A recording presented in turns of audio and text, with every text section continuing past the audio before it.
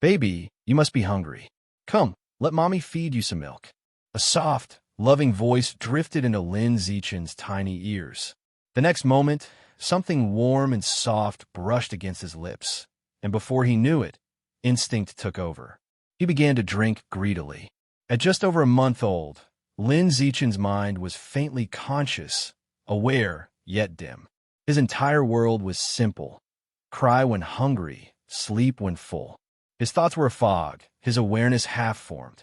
Then, energy +1, energy +1, energy +1. The messages flashed one after another as he drank. Soon, a strange tingling filled his head, as if something inside him was awakening. And then, in the emptiness of his mind, a translucent panel appeared. Name, Lin Zichen. Age, 33 days. Biological level, ordinary, Tier 1. Biometric attributes, none. Lin Zichen froze. Even with his infant brain, he somehow understood what he was looking at. He had transmigrated into the fragile body of a newborn. His mind barely developed, and yet he already had a golden finger. That realization drained the little energy he had. Soon, sleep claimed him again. Look at you, little one, his mother murmured fondly, gazing at her sleeping son. Eat, sleep, repeat. Mommy wishes she could rest as peacefully. Her voice was full of affection as she gently rocked him. 2 months later, Lin Zichen's awareness sharpened rapidly. His mind now felt fully his own, and he began experimenting with the mysterious golden finger. Soon, a task appeared on his panel. Achievement: accumulate 10,000 kicks. Reward: biometric attribute. Use it or lose it. Progress: 1024/10,000. Seeing that, Lin Zichen silently started kicking in his crib. Awake already, baby, his mother, Zhang Wanxin, said softly as she entered. No crying, no fussing, what a good boy. She smiled down at him, completely unaware her baby was grinding stats. His father, Lin Yinsheng, soon joined in, his tone proud. Our little guy's got spirit. Look at those kicks. He's bound to grow into a genetic integrator, or at least a modified human. Genetic integrator? Modified human? Lin Zichen's tiny brow creased. This world clearly wasn't the same as the one he knew before. Another month later, he finally reached 10,000 kicks. Achievement complete. New attribute acquired. Use it or lose it. Use it or lose it. The more you use a body part, the stronger it becomes. Continuous exercise leads to indefinite evolution, but cannot surpass the limits of carbon-based life. Excited, Lin Zichen immediately started kicking again. You are kicking chi and blood +1, leg strength +1, kicking proficiency +1. He could feel it, his muscles strengthening in real time. From then on, he trained every day, arms, legs, torso. Within weeks, his body was visibly stronger. He could even sit up in the crib. A normal baby would take 7 months to reach that point. Lin Zichen did it in 4. Half a month later, he was crawling. You are crawling, chi and blood +1, coordination +1, crawling proficiency +1. To avoid suspicion, he hid his progress from his parents. Every night, when they were asleep, he slipped from his crib and crawled silently in the dark. Fast as a cockroach, strong as a cat. By 5 months old, he was walking. You are walking, chi and blood +1, coordination +1, walking proficiency +1. Through television and overheard conversations, Lin Zichen finally pieced together the truth of this world. Humanity still lived on Earth, but Earth had changed. Mutant creatures, exotic beasts, now roamed freely. To survive, mankind had split into 2 evolutionary paths. Genetic integrators, who fused beast genes to gain their power. Mechanically modified humans, who turned to machinery to transcend human limits. It was a world of danger, mutation, and endless evolution. Lin Zichen's only wish: to grow quietly and survive. Half a month later, at 6 months old, he could already run. When he finally showed his parents his crawling skills, they were overjoyed. Look, he's moving so fast already. Zhang Wanxin gasped. Lin Yinsheng laughed proudly. Barely 6 months old and already a genius. Just then, the doorbell rang. Their new neighbors, a young couple with a baby girl, came visiting. As the adults chatted, Lin Zichen and the baby girl locked eyes. She had big, curious eyes and a smile that seemed to light up the room. For the first time, Lin Zichen felt something stir, a faint sense that his quiet evolution was about to get interesting. Before Lin Zichen knew it, half a month had slipped by. Thanks to the use it or lose it ability, his progress was terrifyingly fast. Running, jumping, even speaking, he had already mastered the basics. But he was still only 7 months old. Showing too much too soon could easily bring trouble. At best, he'd be dragged on at talk shows or turned into some internet sensation. At worst, well, he didn't even want to imagine the government research scenarios. Lin Zichen had no interest in fame. He just wanted to evolve quietly. A little genius was fine. It made his parents happy. But anything more would only complicate his peaceful life. Zichen, let's go. Mommy's taking you to play at Han Han's house. Zhang Wanxin lifted him from the floor and kissed his chubby cheek with a smile. Han Han, the baby girl next door. In truth, taking the kids to play was mostly an excuse for the mothers. Zhang Wanxin and Han Han's mom had quickly bonded over shared interests, fashion, gossip, and celebrity news, and now they met up often. At the neighbors, Zhang Wanxin set Lin Zichen beside Han Han before settling onto the sofa to chat. The moment the baby girl saw him, her face brightened.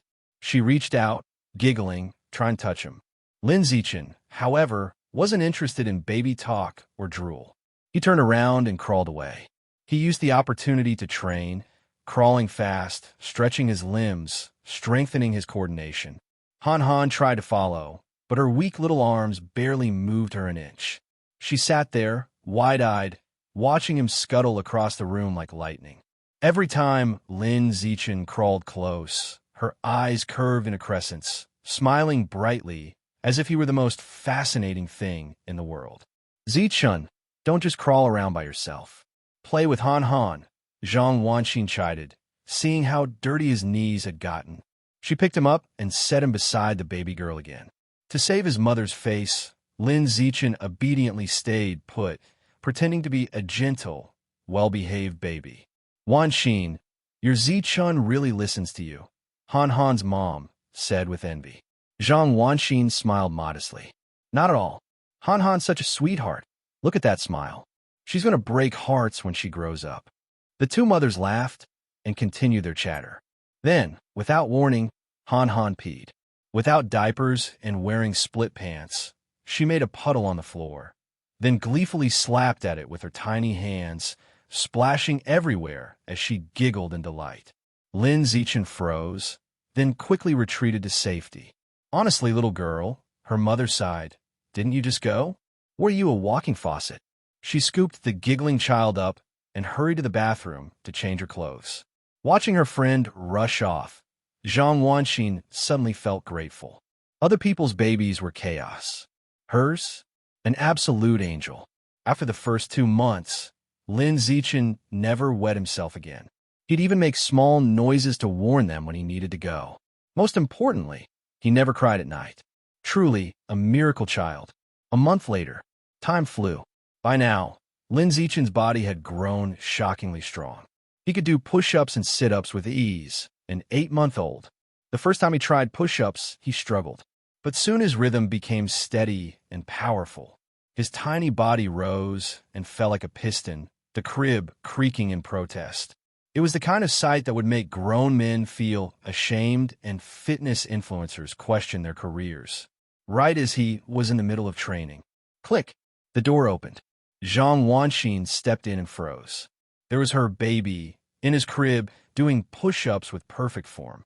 For a moment, she thought she was hallucinating. She rubbed her eyes. By the time she looked again, Lin Zichen had already flopped onto his side and closed his eyes, pretending to be asleep. Weird, she muttered, walking over. Did I just imagine that? She gently turned him onto his back and tucked him in, still confused. Secret training. From that day on, Lin Zichen only trained when his parents weren't around. You're doing push-ups, chi, and blood +1, arm strength +1, chest strength +1. You're doing sit-ups, chi, and blood +1, abdominal strength +1. The results were obvious. One evening, while bathing him, Zhang Wanxin gasped in shock. "Honey, come quick, something's happened." "What's wrong?" Lin Yinsheng rushed in, only to stop dead at the sight. Their baby, 8 months old, had faintly visible abs. "What in the world?" he muttered, stunned. "How can a baby have abs?" Zhang Wanxin blinked in disbelief. "Maybe crawling strengthens the core?" Neither could come up with a better explanation. That night, during dinner, Lin Zichen devoured bowl after bowl of nutritious porridge. High-intensity training demanded fuel. His parents, unaware of the truth, just marveled at his appetite. Afterward, the three of them sat watching TV. The news showed another report of exotic beast attacks, grim reminders of how dangerous their world was becoming. Then the segment changed to a child prodigy. A 2-year-old from a martial arts family in the capital, lifting a 20-kilogram dumbbell with one hand. The country was in awe. Lin Yinsheng sighed. Those capital clans, their genetics and resources are on another level. It's enviable. Zhang Wanxin puffed up proudly. My Zichun is a prodigy too. He'll never lose to any so-called genius from the capital. Lin Zichen couldn't help but grin inwardly. That's my mom. Always knows talent when she sees it. As the footage replayed, showing the little prodigy effortlessly lifting the dumbbell, Lin Zichen's eyes narrowed slightly. 2 years old, one hand, 20 kilos. Let's see if I can do better. Hey everyone, Firescale Audiobooks here. If there's a novel you'd love to hear more of, you can support us on Patreon or Ko-fi. Depending on your tier, I'll make extra parts just for the stories you're most excited about. Usually I can only upload 4 to 5 parts of each novel, but with your support, we can go beyond that. And of course, don't forget to hit subscribe. It helps more than you know. As he grew older, Lin Zichen began to understand more about his family background. They live in a place called Shanghai City, in a standalone house in a village within the city. Just a simple family of 3 with no other relatives. Both parents were internet novelists that didn't socialize much and usually stayed at home typing away at their keyboards. Their only social interactions were the occasional meals with the family of a baby girl who had just moved in next door. After dining together several times, Lin Zichen became familiar with the baby girl's family. He learned that her name was Shun Qinghan. Her parents were teachers, her mother was Su Ming, and her father was Shun Jianya. Beyond that, he didn't know much else. Today, Lin Zichen was celebrating his 2nd birthday. Right after the celebration, the first thing he did was to find a box of odds and ends, put nearly 20 kilograms of miscellaneous items in it, and then try to lift it with one hand. To his ease, he lifted it up effortlessly. All right, now I'm also a nationally sensational prodigy. Lin Zichen smiled. At that moment, Zhang Wanxin's voice came from the living room. Zichun, Han Han is here to play with you. Upon hearing this, Lin Zichen put down the box of odds and ends and walked to the living room at a leisurely pace. When he arrived in the living room, he saw a beautiful young woman and a delicate little girl who looked like a porcelain doll. The visitors were none other than Shun Qinghan and her mother from next door. The baby girl who couldn't even crawl before had now grown into an adorable little girl with twin ponytails. Zichen, these are the egg tarts Aunt Meng made. They're really yummy. Su Ming handed Lin Zichen a box of egg tarts, saying this with a beaming smile. Lin Zichen accepted the egg tarts and thanked her politely. Thank you, Aunt Ming. This thanks sounded very bitter in Su Ming's heart. At the same age, Lin Zichen could already converse fluently with adults, while her own daughter, Shun Qinghan, often couldn't express her thoughts completely. She seemed too slow, almost dull. Truly, there's no harm until comparison is made. After staying in the living room and tasting a few egg tarts, Lin Zichen, having nothing better to do, soon went back to his room, closed the door, and began to train his body intensively. Shun Qinghan, who really enjoyed his company, followed him into the room and sat by curiously watching him as he frantically went up and down on the floor. Here, have an egg tart. Watching him, Shun Xinghan reached out with an egg tart in her hand towards Lin Zichen's mouth. Her voice sounded babyish, and she slurred her words, saying have as here. No need, you eat it. Here, it's really good. Shun Xinghan insisted that Lin Zichen eat the egg tart. Egg tarts were her favorite food, and she wanted to share it with Lin Zichen desperately. Lin Zichen had no choice but to stop and eat the egg tart she offered. After finishing the egg tart, he continued doing push-ups to train. After a while, he felt the intensity wasn't quite enough, and the physical improvements were not noticeable. As his body grew stronger, simple fitness exercises were no longer enough to satisfy his need for evolution. He stopped, looked around the room, and ultimately set his eyes on Shun Xinghan sitting beside him, inviting her to sit on his back as a weight. Shun Xinghan was more than happy to oblige and clung to his back like a koala. While doing weighted push-ups, Lin Zichen noticed a strange sensation from his back, realizing that Shun Xinghan was wearing a thick diaper under her dress. It's obviously not normal for a 2-year-old to still be wearing diapers. Regarding this issue, Lin Zichen had heard Su Ming complaining to Zhang Wanxin that Shun Xinghan still liked to wet her pants, so she often had to wear diapers as a result. Time flies. Time flew, and before long, another year had passed. Lin Zichen reached the age of 3. By now, his physical strength was so freakish that he could lift a 40 kilograms rice sack single-handedly. He didn't know what level that was. He only knew that the child prodigy from Capital City he had seen on TV last year was no match for him now. He had always been keeping an eye on the news about that prodigy. The prodigy was now 4.5 and still struggling to lift a 30 kilograms dumbbell with one hand. The gap in strength was vast. Lin Zichen was puzzled by this. How could the Capital City prodigy lift a 20 kilograms dumbbell with one hand at 2 years old, but fail to lift a 30 kilograms one at 4.5 years old? That growth curve for strength didn't make any sense. Lin Zichen thought about it briefly, but didn't dwell on it too much. With a quick thought, he activated his character panel to check his data. Name: Lin Zichen. Age: 3 years old. Biological level: Ordinary, Tier 1. Biometric attributes: Use it or lose it. Lin Zichen's gaze landed on the biological level, where the words Ordinary Tier 1 still displayed. He could lift a 40 kilograms object with one hand, and yet his biological level was still only Ordinary Tier 1. What level would Ordinary Tier 2 be? Surpassing human limits? As he was contemplating, Zhang Wanxin suddenly walked over and asked, Zichun, Mama's going to go shopping with Anna Meng later. Do you want to go shopping with Mommy or stay at home with Daddy? I'll go shopping with Mommy. Lin Zichen answered without hesitation. Being cooped up at home every day, training had been somewhat stifling. It was time for a change of scenery. As mother and son were changing shoes to go out, Shun Xinghan and her daughter were already waiting outside.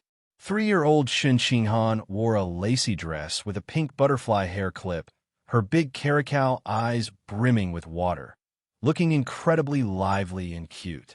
Zichun, have some cookie. Shun Xinghan broke the cookie she was holding in half and offered the bigger piece to Lin Zichen. Her voice wasn't as babyish as before, and her speech was no longer slurred, sounding much smoother. Thank you. Lin Zichen took the cookie and ate it in one bite. Seeing this, Shun Xinghan's face was all smiles.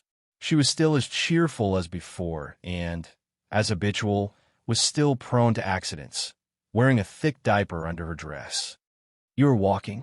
Chi blood +1, body coordination +1, walking proficiency +1.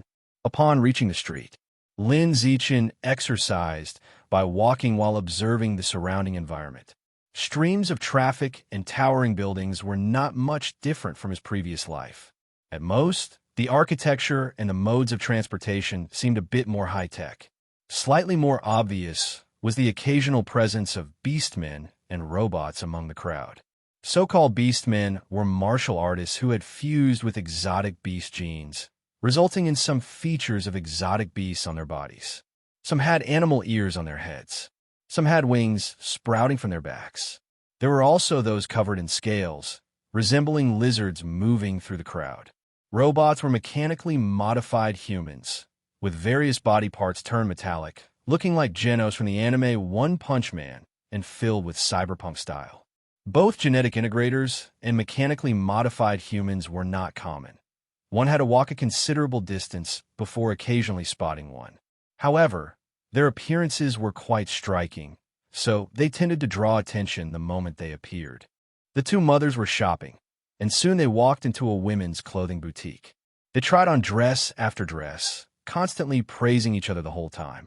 Su Meng exaggerated how good Zhang Wanxin looked in a short skirt, with long and white legs, very sexy.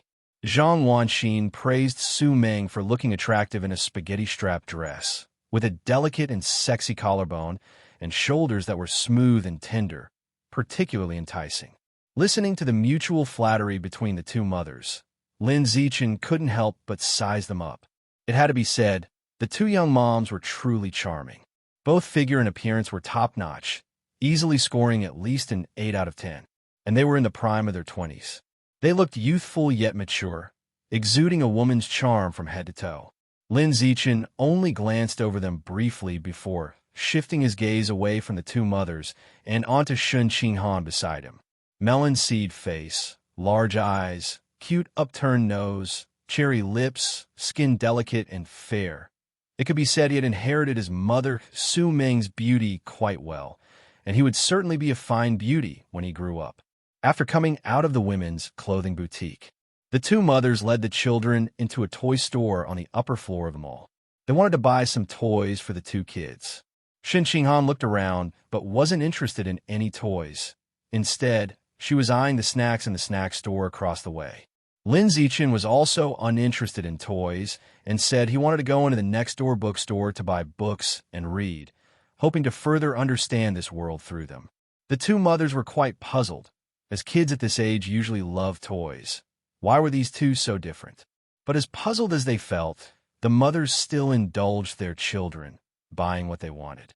When buying books, Lin Zichen chose ones related to exotic beasts, genetic integrators, and mechanically modified humans. Zichen, these books might not be very suitable for children, you know? How about we go and buy some picture books with Han Han over there? Zhang Wanxin suggested, pointing to the children's area ahead. Lin Zichen opened one of the books he had picked and told Zhang Wanxin, "There are pictures in these books too. I like these pictures." Zhang Wanxin glanced at the pictures in the books. Some were ferocious-looking exotic beasts. Others were mutated genetic integrators, and there were also expensive parts of mechanically modified humans. She felt that children shouldn't be reading these kinds of books and should stick to more cartoonish children's books, but since her son liked them, she bought them anyway. Having returned home, Lin Zichen eagerly began to read through the books he had brought back. You are reading books, Spirit +1, Comprehension Ability +1, Knowledge +1, Achievement, Accumulative reading of 100 million words. Reward, Acquired biometric attributes, Innate wisdom. Accumulative reading word count, 100,000,000,000. As Lin Zichen concentrated on reading, he suddenly noticed several lines of text floating in front of him. He briefly looked over the content and felt a thrill of excitement in his heart. Following his initial kicking achievement, another achievement task had finally appeared. Aside from the dull exercises he had to do every day, he would now have to add reading for leisure. As days went by, gradually, it came time for Lin Zichen and Shun Qinghan to attend kindergarten. Their parents discussed together and decided to enroll the two children in Rainbow Kindergarten located closest to home, which would be convenient for joint drop-off and pick-up. The tuition at this kindergarten was relatively expensive, but correspondingly, the curriculum was more enriching than a typical kindergarten's. There were outdoor activities, there were foreign language classes, there were intellectual development classes, and so on. Just the day before school started, Lin Zichen's parents suddenly had to go out for a trip. Before leaving, they dropped him off at Shun Qinghan's place, entrusting her parents to take him to kindergarten for registration the following day. At the neighbor's home, Su Meng said in a gentle voice, "Zichen, your mom and dad won't return until tomorrow night. You'll stay at Annie Meng's house tonight, and tomorrow morning, I'll take you and Han Han to kindergarten. Okay. Thank you, Annie Meng. Lin Zichen nodded and replied. Hearing him say this, Shan Jianya, sitting nearby, couldn't help but remark, Zichun is such a sensible boy, even remembering to thank Annie Meng. He's like a little adult. If only Han Han could be as understanding as you. That night, after taking a bath together, Lin Zichen and Shun Qinghan went to their room to sleep. Shun Qinghan was very happy to be able to sleep with Lin Zichen. She kept talking to him, chatting with him, talking about how much she was looking forward to going to kindergarten tomorrow and making a lot of friends there. Lin Zichen occasionally responded to her, but most of the time, he was sitting against the wall on his bed, reading. You are currently reading Exotic Beasts Illustrated, Spirit +1, Comprehension +1, Exotic Beast Knowledge +1. Total words read 43.96 million/100 million. To complete the reading achievement, Lin Zichen maintained an average reading speed of 300,000 words per day for nearly 5 months. Yet, he hadn't even reached halfway on the progress bar. This reading achievement was more than 10 times harder than the previous leg-kicking achievement. After reading for a while longer, Lin Zichen felt it was about time to sleep, so he put down the book and prepared for bed. By this time, Shun Qinghan, who had been chattering nonstop just moments ago, was already lying beside him, asleep with an expression of bliss so profound that drool was leaking from the corner of her mouth. Lin Zichen took a tissue to wipe her drool. As he did so, his gaze involuntarily fell on the diaper she was wearing. Even now at 4 years old, Shun Qinghan still wet the bed and often had to wear diapers. Her parents had taken her to several hospitals to have her body checked, but no specific reason had been found. The next morning, Su Meng got up early to cook porridge and called the 2 children to have breakfast. Lin Zichen had already woken up early. By the time Su Meng came to wake them up, he had been exercising in the room for more than an hour. On the contrary, Shun Qinghan struggled to get up from bed for half the morning before being pulled into the living room by Su Meng. During breakfast, Lin Zichen quickly finished his porridge, even washing his bowl by himself, displaying his thoughtfulness. Meanwhile, Shun Qinghan was instinctively spooning porridge in her mouth while struggling to keep her eyes open, falling into a bug-like state where she was too sleepy to eat and too hungry to sleep. While waiting for Shun Qinghan to finish her porridge, Lin Zichen calmly sat and read a book, continuously absorbing the knowledge from its pages. He learned that the biological levels included ordinary, advanced level, rare level, epic level, legendary, and mythical, a total of 6 levels. Each of these levels was further divided into 9 orders. The above-mentioned levels were something humans had learned hundreds of years ago from ancient stone tablets within some mysterious ruins and had been in use ever since. After centuries of exploration and research, humans learned a rather disheartening fact. Because of their frail flesh and blood, humans had a very low evolutionary upper limit, capping at the ordinary 9th rank. To evolve further, one would need to integrate powerful exotic beast genes. Alternatively, through mechanical modification, one could give their body the strength to rival that of an advanced-level creature, rare-level creature, or even an epic-level creature. The might of an epic-level creature had reached the point where it could physically withstand a nuclear bomb. Physically withstand a nuclear bomb. Can this really be achieved? Lin Zichen found it incredibly hard to believe. Rainbow Kindergarten. At the school gate, countless children gazed at their parents outside the fence, their little faces streaked with tears. This was the first time these children had grown up to have to leave their parents' side and spend a day in a strange place. Mommy, don't go, Shun Qinghan leaned on the fence, tears flowing as if they cost nothing, crying like a little tear-soaked creature. Su Meng soothed her with a gentle voice. Han Han, don't cry. Once school is over in the afternoon, Mommy will come and pick you up. Shun Qinghan kept crying. Su Meng, helpless, turned to Lin Zichen next to her and said, Zichen, help Aunt Meng look after Han Han. Aunt Meng will come to take you home in the afternoon. I got it, Aunt Meng. Lin Zichen nodded and said. Before long, the gates of the kindergarten were shut completely. Many children stopped crying when they could no longer see their parents. After all, without an audience, the actors naturally lost their motivation to perform. In their place, the kindergarten teachers in the school became busy. To make the children like kindergarten, the teachers all spoke softly and organized games for the kids to play. In Lin Zichen's class, they played arm wrestling to see who was stronger. This game had simple rules and was easy for children to understand. Most importantly, since the game was face-to-face, it helped the children quickly get to know each other. Lin Zichen was not interested in arm wrestling. He thought about finding a corner to exercise his body. But seeing that Shen Qinghan really wanted to play, he ended up joining her. After playing for a while and seeing that Shen Qinghan had fully integrated into the atmosphere of the game and was laughing and chatting with a little girl with hair tied in buns, Lin Zichen quietly left the crowd to find a place to do push-ups. Soon after he left, Shen Qinghan suddenly felt the need to use the bathroom and went to the restroom hand in hand with the girl with the buns. They were chatting and laughing going there, but their relationship soured by the time they came out. So big and still wearing diapers. Embarrassing. I don't want to play with someone who wears diapers. I don't. Faced with the disdain from the girl with the buns, Shen Qinghan was somewhat at a loss. Don't play with her, everyone. She's so big and still wears diapers. Too embarrassing. When other little girls passed by, the girl with the buns would tell them not to play with Shen Qinghan. Seeing this, Shen Qinghan was close to tears. She had originally wanted to make many friends at school. How did it suddenly turn out like this? She felt it was all the fault of the diaper, so she hurried into the bathroom to take off her diaper.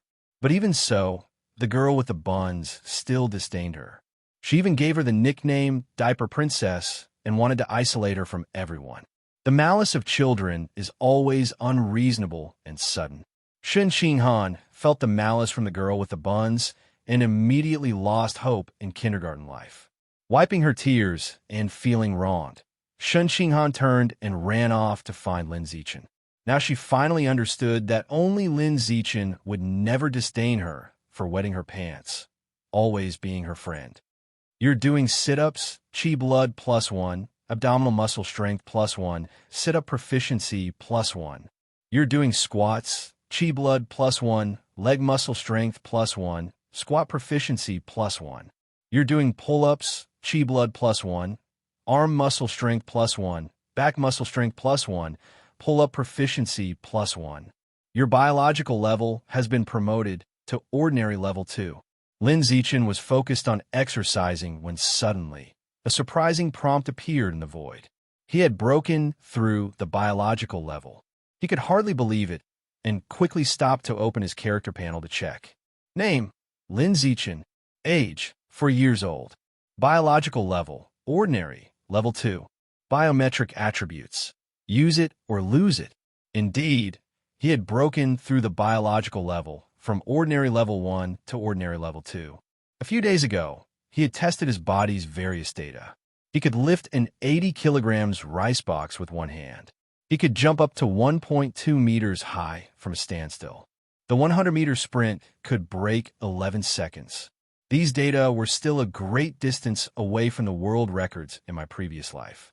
But overall, they were among the best of ordinary people. Without related professional training, it's simply unattainable. So, the standard for a normal second tier is to be among the best in the average population of adults in my past life. Lin Zichen gained a certain understanding of the biological level for the first time in the normal stages. Based on the strength of the normal second tier as a reference, he estimated that the strength of the normal third tier would probably be enough to break all sorts of world records from his past life. And it would be by a large margin. As Lin Zichen was absorbed in these thoughts, Shen Qinghan's voice came from ahead. Zichen, I miss Mommy. I want to go home. Shen Qinghan ran up to Lin Zichen, her eyes brimming with tears as she complained to him. Lin Zichen was somewhat puzzled. Hadn't she just made a good friend? Why the sudden tears and desire to go home? What happened? Lin Zichen wiped Shen Qinghan's tears and asked softly. Shen Qinghan sobbed as she recounted her recent experiences. Lin Zichen patted her head and said, "It's okay. We will always be good friends." Yes, always good friends, pinky promise. Hung on a hook for 100 years, you can't change. Shen Qinghan hooked Lin Zichen's little finger, her eyes curving into a smile as she turned her cries into laughter. During nap time, as soon as the homeroom teacher, Ms. Teoko, left, Shen Qinghan immediately left her own bed and, like a little cat, scurried into Lin Zichen's blanket next door. Because she was ostracized by the girl with the buns that morning, she became even clingier to Lin Zichen, relying on him more than ever before. Lin Zichen felt it was hot and uncomfortable for two people to squeeze into a small bed, but he let her do as she pleased anyway. It wasn't long before Lin Zichen fell asleep as well. In the middle of his sleep, he suddenly felt a warmth on his body. He quickly got up to check and lifted the blanket, discovering that Shen Qinghan had wet the bed. The mattress was soaked. Lin Zichen was a bit stupefied. Wasn't she wearing a diaper? Where was the diaper? Why didn't it work? While Lin Zichen was confused, a little boy nearby who hadn't fallen asleep noticed the wet mattress and immediately pointed it out, shouting, "He wet the bed. Look, Zichen wet the bed. And Han Han too. How embarrassing." The other children heard the shouting and began looking towards Lin Zichen. When they saw that his mattress was soaked, they started to jeer. "So big and still wetting the bed. You two are naughty children. Shut up, all of you. We don't want to play with him anymore." Wet Bed Kings. From now on, you two will be called the Wet Bed Kings. Shen Qinghan was woken up by the noise, and hearing the laughter and exclusion around her, her eyes reddened, and she burst into tears. "Mommy, I don't want to go to kindergarten anymore. I want to go home." Woo woo woo.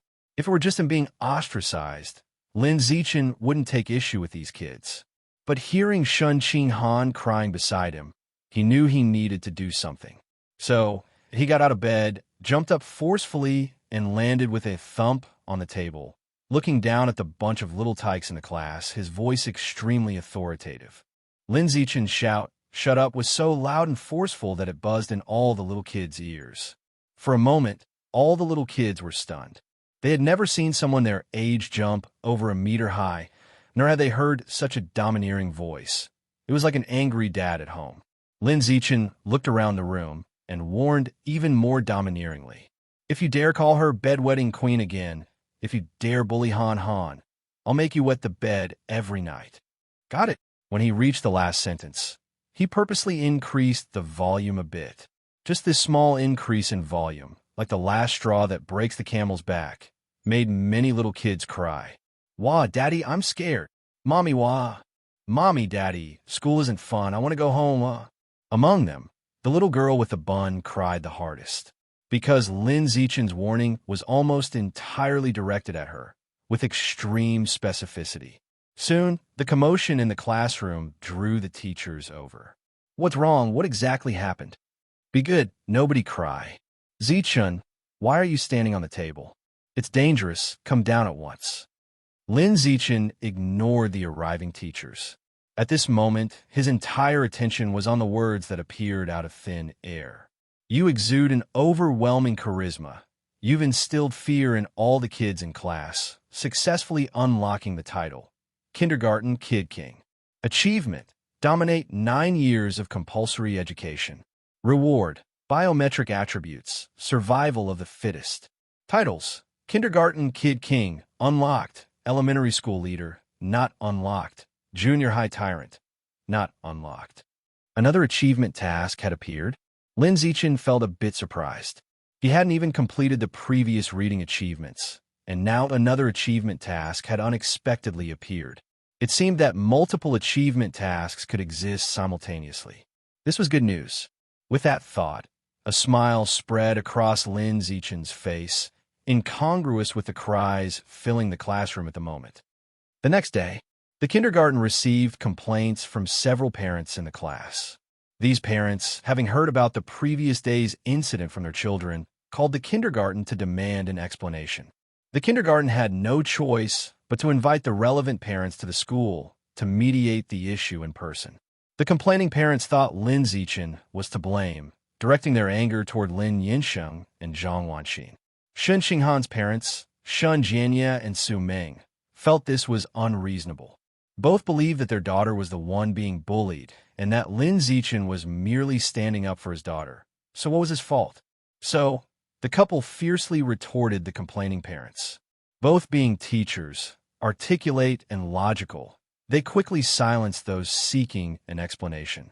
It wasn't until the principal stepped in and gave everyone a way out, saying it was all a misunderstanding, that no one was at fault, and thus the matter was temporarily put to rest, considering what was best for the children. The next day, the principal moved Lin Zichen and Shun Qinghan to another class. In this new class, with Lin Zichen's protection, Shun Qinghan was never ostracized by the other little kids again, and even made quite a few friends. However, these were just ordinary friends. The only true friend Shun Qinghan recognized was Lin Zichen. Half a year flew by in a blink of an eye. That night, Lin Zichen read a book in his room after taking a bath. Before long, several notification messages appeared out of thin air. Cumulative reading of 100 million characters achieved. Biometric attribute acquired. Divine intellect. Divine intellect. Photographic memory. Learning ability reaches the pinnacle of mankind. After reading the attribute description, Lin Zichen casually flipped to a page in the book he had not read and rapidly scanned the content. Once done, he closed the book and tried to recite the entire page from memory. He then discovered, to his delight, that he could recite everything word for word without error. He truly had a photographic memory. By the time night deepened, after his parents had gone to their room to sleep, Lin Zichen slipped out of his own room and sneaked into his parents' office, where he turned on their work computer and found a high school mathematics video on derivatives to watch. In his previous life, during his high school years, he had been tormented by derivatives. Now, he was going to use derivatives to test the effect of the divine wisdom root. You are studying mathematics, spirit +1, logical thinking +1, calculative ability +1. In the dim room, the fluorescent light from the computer screen shone directly on Lin Zichen's face, making it appear somewhat shadowy. About half an hour later, the video ended. It was at that moment Lin Zichen felt enlightenment pouring into him, and he instantly understood derivatives. He immediately searched for past math college entrance examination papers and worked on several problems involving derivatives, easily deriving the answers. In his previous life senior year of high school, no matter how hard he tried, he could not figure out derivatives, but in this life, being only in kindergarten, he solved them with ease. Is this what it's like when one's learning abilities reach the pinnacle of humanity? Too powerful. From this moment on, I am a genius with both literary and martial prowess. Lin Zichen felt a slight excitement in his heart. The next morning, Lin Zichen arrived at the kindergarten for his weekly intelligence development class. The teacher of the class was a very young-looking little sister, tender as if she had just graduated from high school. Everyone called her Strawberry Teacher. In class, Strawberry Teacher posed a question to the children. If the teacher gave everyone 100 yuan and asked you to buy the same thing to fill up an entire classroom, what would you buy? Buy chocolate, because chocolate is delicious. Then I'll buy ice cream. I think ice cream tastes better than chocolate. Daddy likes the 4070 Ti graphics card. He even talks about the 4070 Ti in his dreams. So I want to buy a graphics card for Daddy. The children answered eagerly. Unfortunately, none of them hit the mark, clearly not understanding the question. Are there any other answers? There's a reward for the right answer. Strawberry Teacher looked around the class and asked. However, no child was able to come up with an answer. Strawberry Teacher eventually had to reveal the answer. We can buy candles. As long as the candles are lit, their flames would light up the entire classroom. Below, Shun Qinghan grumbled, I really want Strawberry Teacher's reward, but I'm too silly to answer. Hearing the little girls grumble, Lin Zichen stood up, looked towards Strawberry Teacher on the lectern, and said, Strawberry Teacher, I don't think candles will work. Oh, Strawberry Teacher was a bit surprised, not expecting any child to outright refute the standard answer.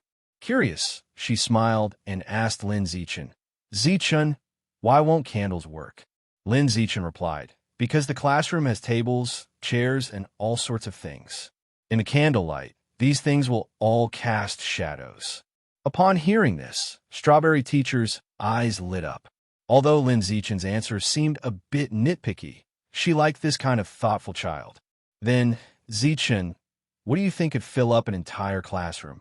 Strawberry Teacher asked this question as a formality, not really expecting Lin Zichen to have an answer. Even she couldn't think of a better answer than candles on the spot. However, Lin Zichen's next reply dazzled her. I would use the 100 yuan to buy a dress for Strawberry Teacher, and then the joy of Strawberry Teacher receiving the dress would fill the entire classroom. You want to give me a dress? Strawberry Teacher's eyes widened in disbelief. This answer was too perfect. Could a 4-year-old child come up with this? Am I dreaming? Strawberry Teacher suddenly felt as though she had indeed received a dress, charmed by the 4-year-old Lin Zichen. After class, Strawberry Teacher took Lin Zichen to the office, handed him a box of puzzle toys, and said with a sweet smile, Zichen, Strawberry Teacher really liked your answer in class. As a reward, this puzzle toy is for you. Strawberry Teacher hopes you will become even more intelligent. Thank you, Strawberry Teacher.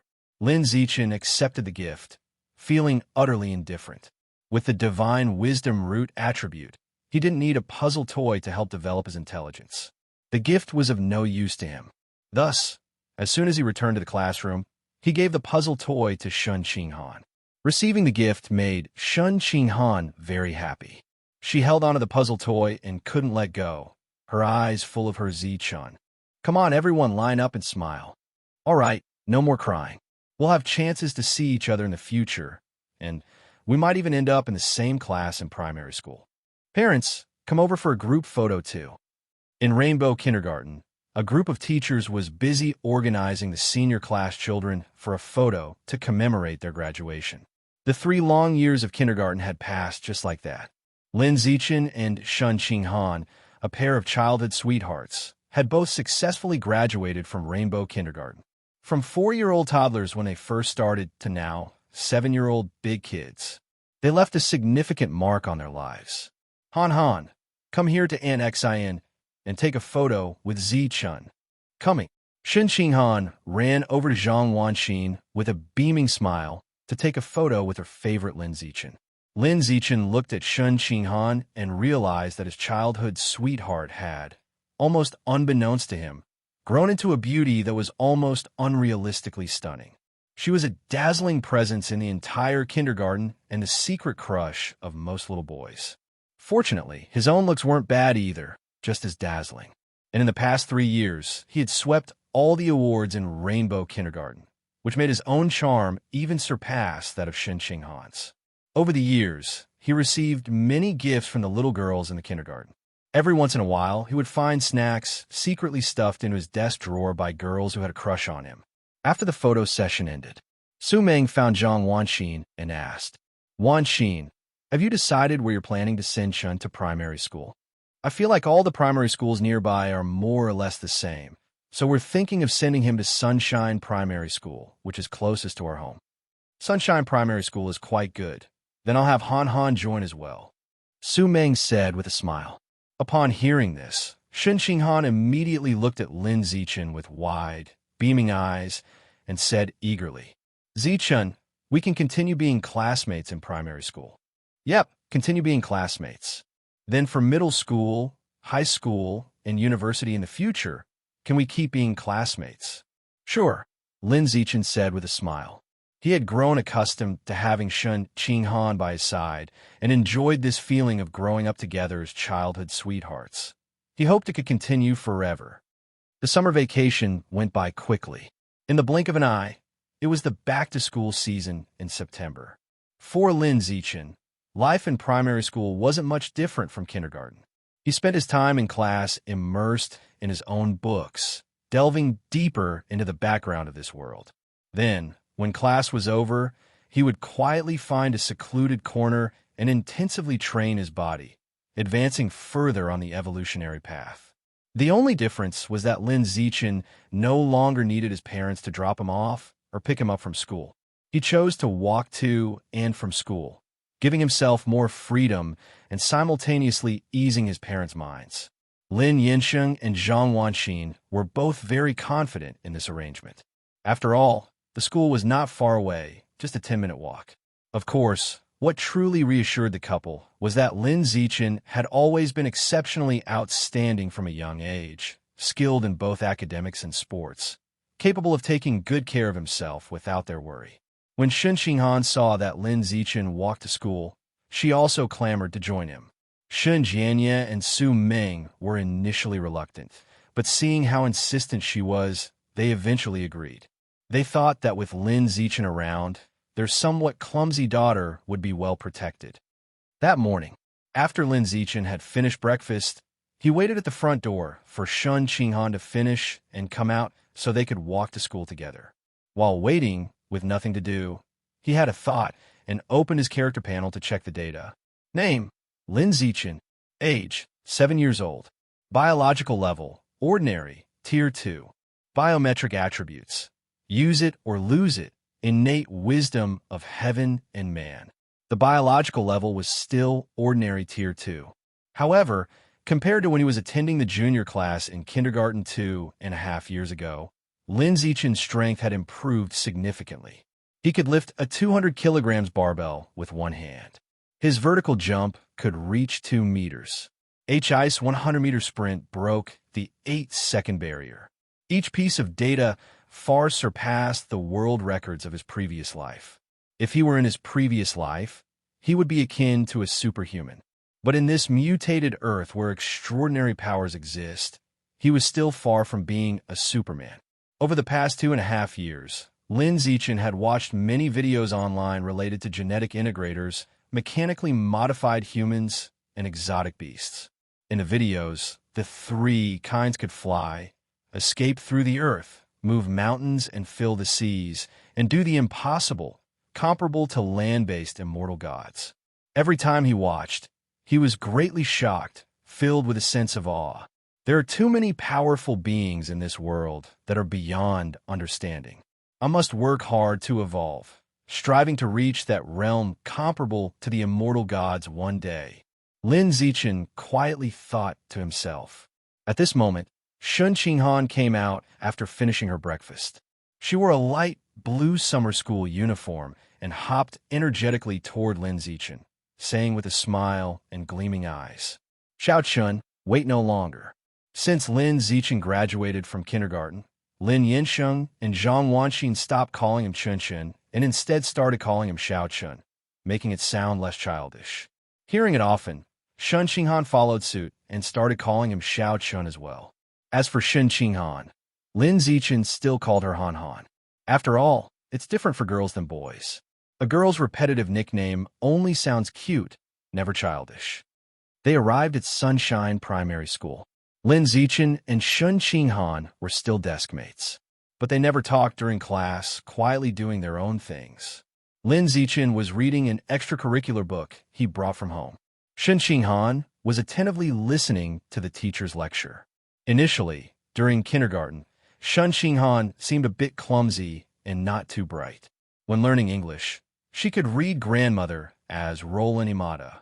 But upon reaching primary school, she became unusually intelligent, steadily scoring second place in every exam. The reason for such a drastic change was firstly due to the good coaching at home by her teacher parents, and secondly, due to Lin Zichen tutoring her at school. Zichen, have you finished the biological structure book from yesterday?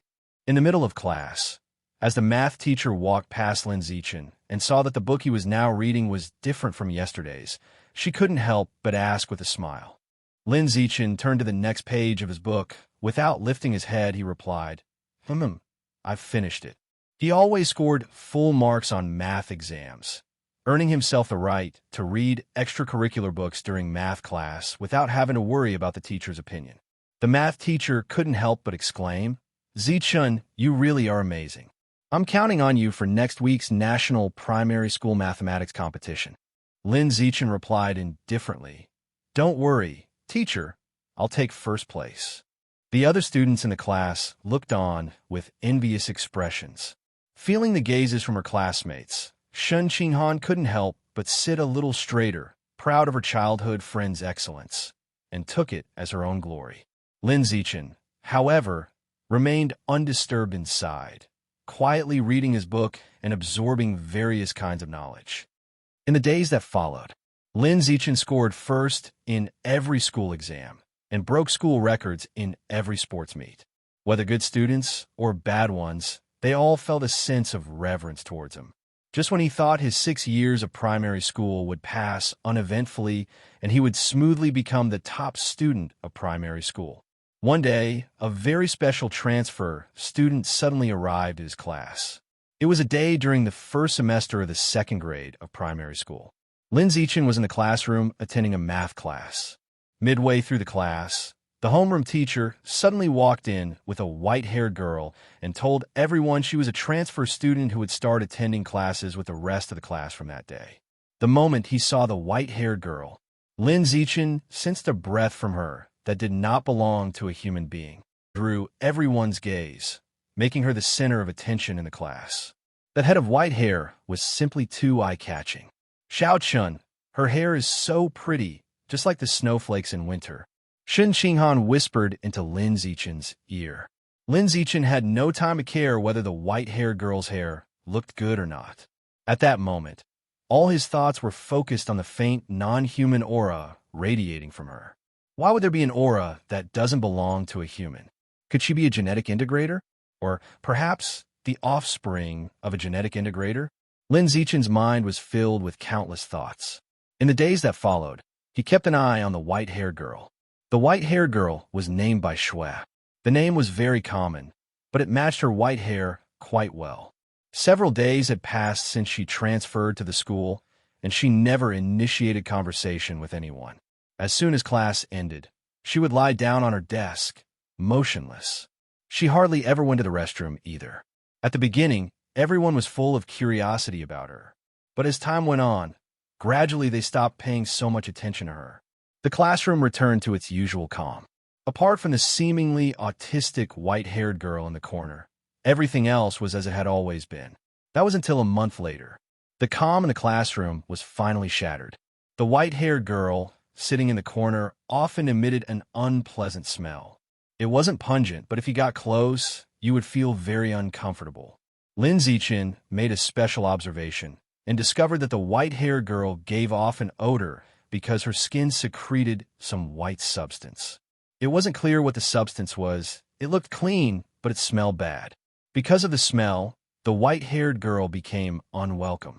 She started to be ostracized and mocked by her classmates.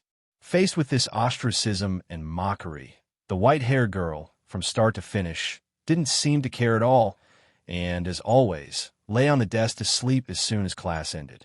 Lin Zichen witnessed all this and was surprised by the girl's ability to endure, thinking she was mostly a dangerous person and was wary of her.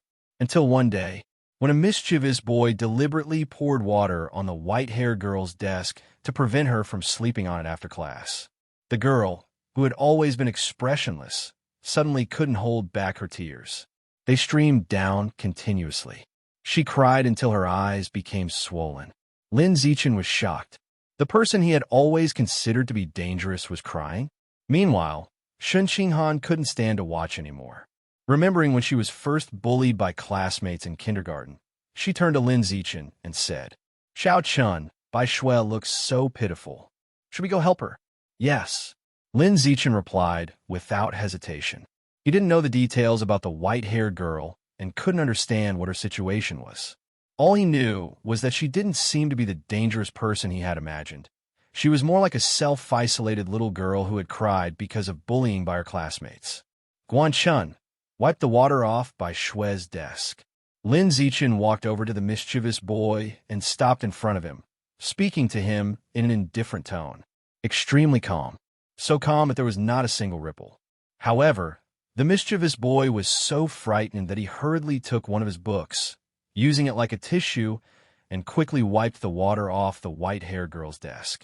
He was too afraid of Lin Zichen and dreaded upsetting this well-respected figure known for both scholarly and physical prowess at school. It wasn't just the students in the class who were afraid of Lin Zichen. Even the 6th graders were scared of him. Every student at Sunshine Primary School had witnessed Lin Zichen's feats during the sports festival and knew how strong his body was. so no one dared to offend him. Those who have bullied Bai Shui before come and apologize to her now. Lin Zichen looked around the class and directed his words to everyone his gaze fell upon. As soon as the words had been spoken, the students who had bullied the girl with white hair all came forward to apologize to her of their own accord. Some simply said they were sorry. Some offered their snacks as an apology. Whether sincere or not, each person apologized to the girl with white hair.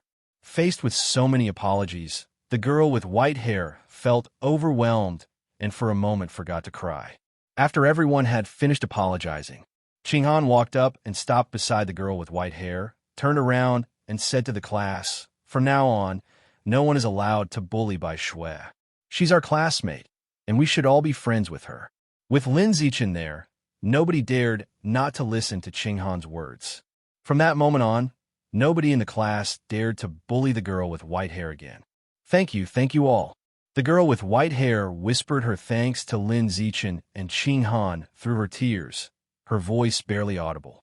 Qinghan smiled and said, "No need to thank us. We're classmates. We should help each other."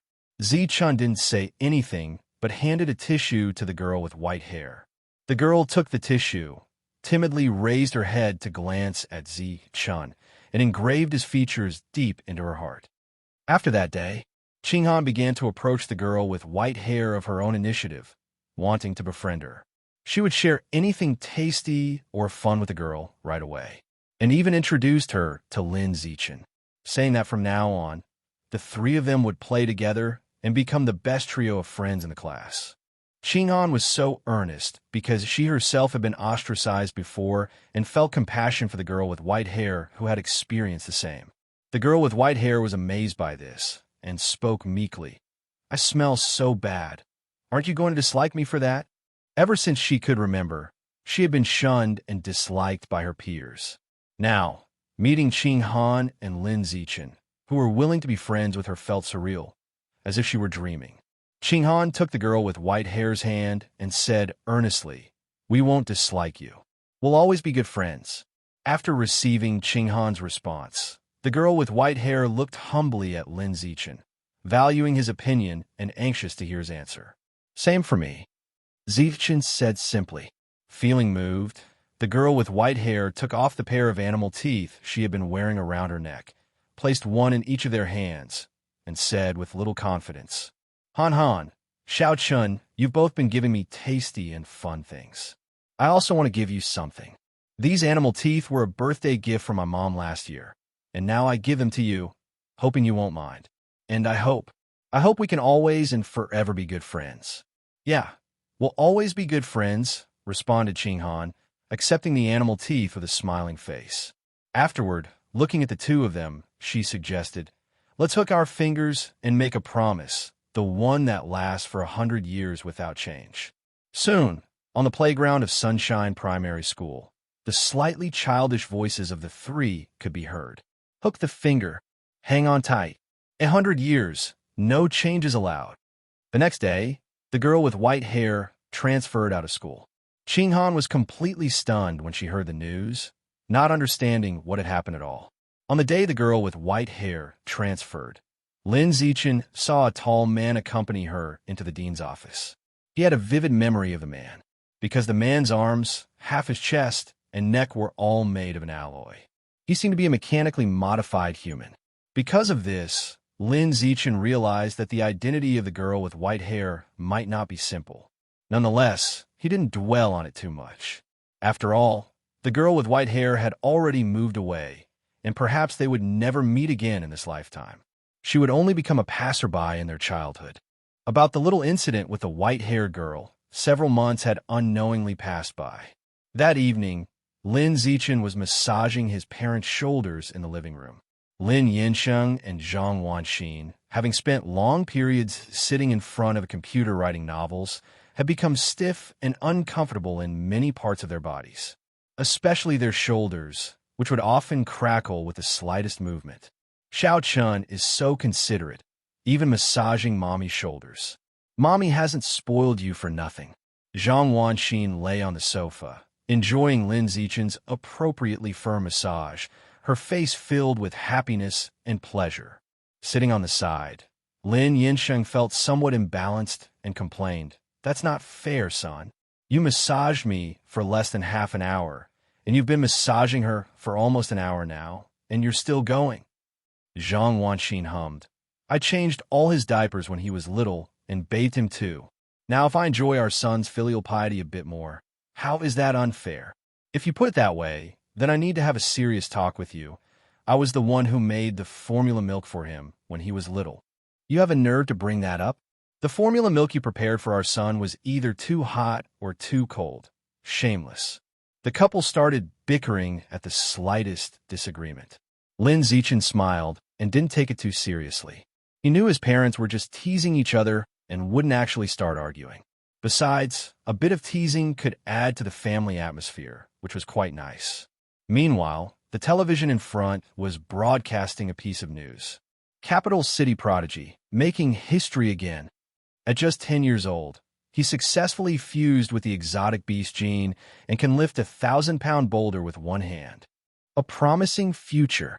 Hearing the words Capital City prodigy, Lin Zichen immediately turned his head to look at the TV. Sure enough, it was the Capital City prodigy who at the age of 2 could lift a 20 kilograms weight with one hand. It's this Capital City prodigy again. Isn't this kid appearing on the screen way too often? Is he trying to become an internet sensation to make money from endorsements? Lin Yinsheng, watching the news on the television and stroking his stubble, muttered. Zhang Wanxin puzzled. This child is only just 10 years old. His body hasn't even developed fully yet, and they're letting him fuse with exotic beast gene. Aren't they afraid he won't be able to suppress the exotic beast gene, causing his body to mutate? Lin Yinsheng thought for a moment and said, "After all, it's those millennial-old martial arts families from the capital city. They know much more than we do. Perhaps they have some advanced genetic fusion technology.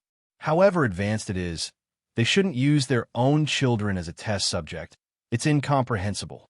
Zhang Wanxin shook her head, holding no good feelings toward the television's depiction of the martial arts family.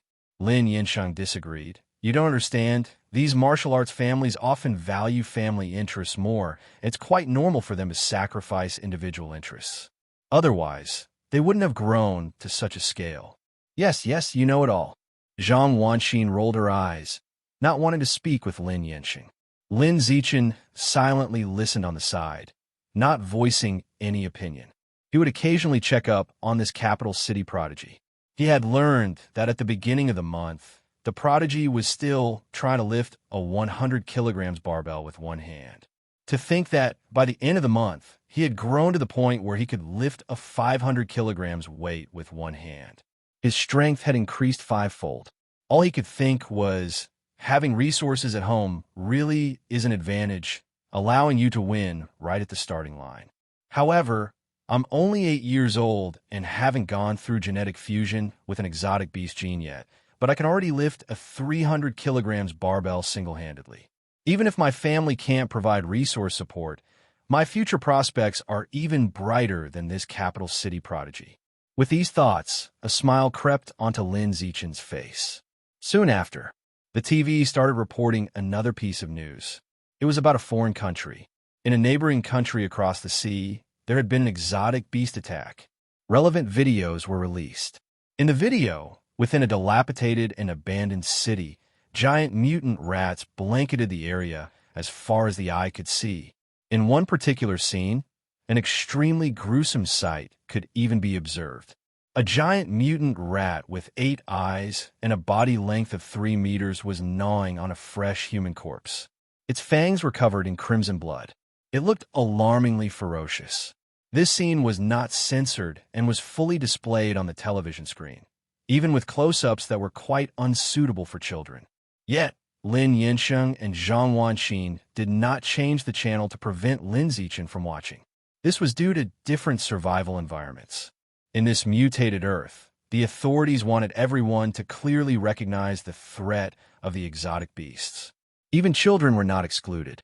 Therefore, many reports about exotic beasts were often quite graphic. After investigation, it was found that behind this exotic beast attack incident, members of the heretical sect were instigating trouble. We hope that various nations will provide us, Sakura Sea Country, with some assistance to jointly eradicate the heretical sect. Our Sakura Sea Country will fight to the death with the heretical sect. In the video, an elderly man from Sakura Sea Country with white at his temples spoke angrily and then bowed deeply to the viewers in front of the television, with his hands pressed against his thighs. It was Lin Zichen's first time hearing the term heretical sect. He immediately picked up Zhang Wanxin's phone and searched online. He then found out that the so-called heretical sect was an anti-human organization founded by traitors.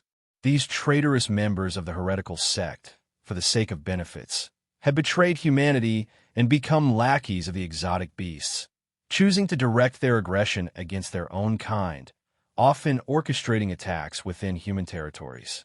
Many small countries with weaker national strength often suffer greatly. I'm just glad I was born in a strong nation with a relatively stable environment that allows me to comfortably grow and develop. Lin Zichen felt a sense of relief. He had no other desires except for hoping that the land where he lived would allow him to safely grow until he reached 18.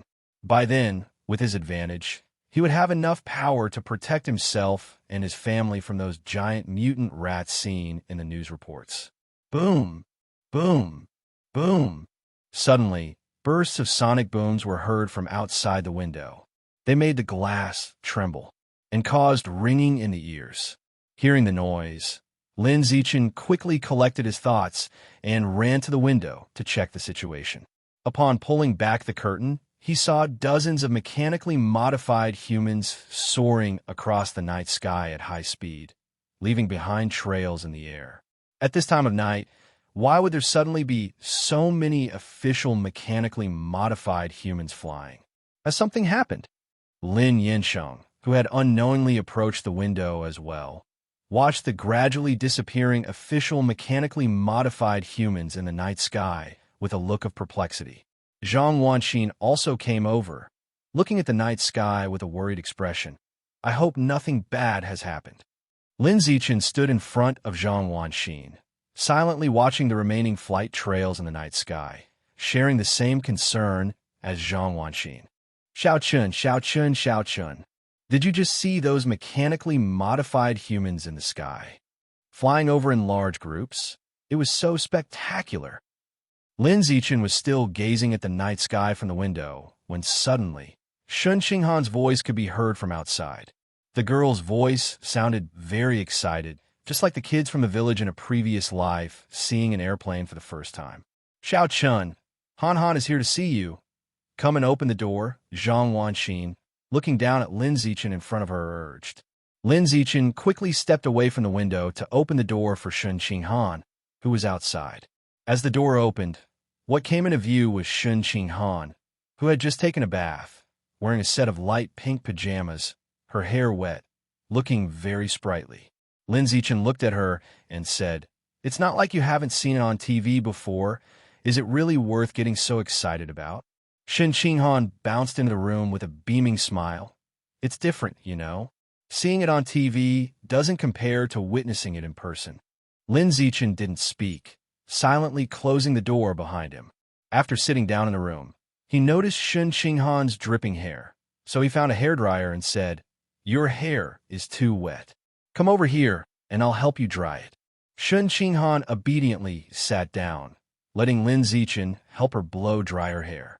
While blow-drying, her long, straight, slender legs kept swinging, quite a distraction.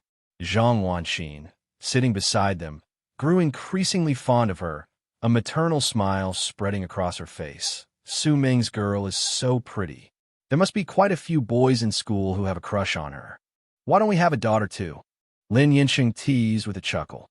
Zhang Wanxin gave him a look and said, "With Han Han already here, why bother having another one? Just treat her like our own daughter, right?"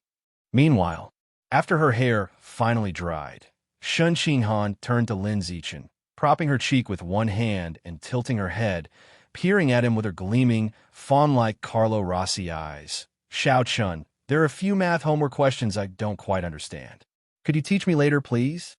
"Sure," said Lin Zichen without hesitation. For the next while, The two were busy doing math homework in the room. One teaching, the other learning.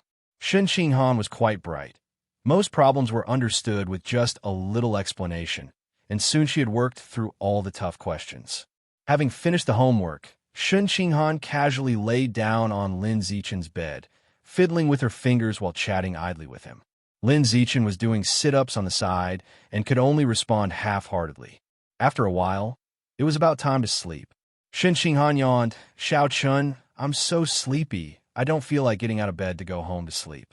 I'll just stay and sleep here tonight." "That's fine. Then go and tell my mom.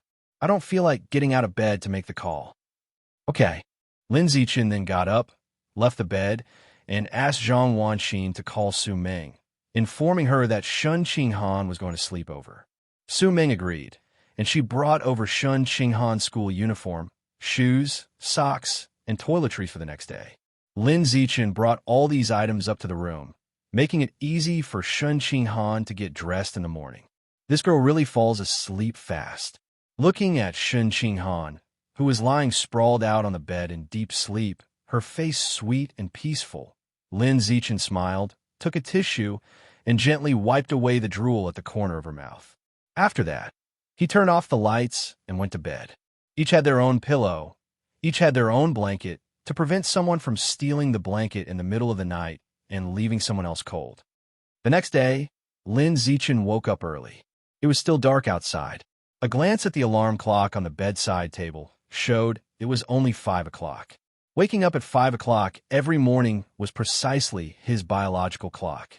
He had gotten used to exercising early in the morning. Waking up and not doing several hundred push-ups to warm up would make him feel lethargic the whole day. You're doing push-ups, chi blood +1, arm muscle strength +1, chest muscle strength +1, push-up proficiency +1. You're doing squats, chi blood +1, leg muscle strength +1, squat proficiency +1. You're doing sit-ups, chi blood +1, abdominal muscle strength +1, sit-up proficiency +1. After a round of intense exercise, Lin Zichen went downstairs to wash up. While there, he stood in front of the bathroom mirror and took off his shirt to check out his workout results over the past few years. His muscles weren't exaggeratedly large, but they looked sharp and defined, bursting with explosive strength. Especially his abs, they were as perfectly chiseled as if by a knife, and it felt particularly satisfying to touch them. "TSK, Xiao Chun, so you've inherited your dad's vanity after all, striking various poses in front of the mirror so early in the morning." Zhang Wanxin, who was up to make breakfast, couldn't help but laugh when she passed by the bathroom and saw Lin Zichen posing like a bodybuilder in the mirror. Lin Zichen, who was indulging in self-admiration, was suddenly embarrassed by Zhang Wanxin's comment and wished he could burrow a hole and hide in it right there and then. "Oh, you're blushing. Come here and let mommy feel your abs. I'm going to call Han Han down for breakfast." After dropping that remark, Lin Zichen fled the bathroom as if on wings. It was too socially mortifying. He didn't even want to see Zhang Wanxin again that day. It was just too much to face. When Lin Zichen returned to his room upstairs, Shun Qinghan was still not fully awake. She lay sprawled out on the bed, with no sign of the blanket anywhere on her. Glancing down, he saw the blanket had somehow been kicked off the bed. "You're this old already and still kicking off your blanket while you sleep." Lin Zichen shook his head and went to pick up the blanket. Casually tossing the blanket back on the bed, his gaze fell on Shun Qinghan's lower body.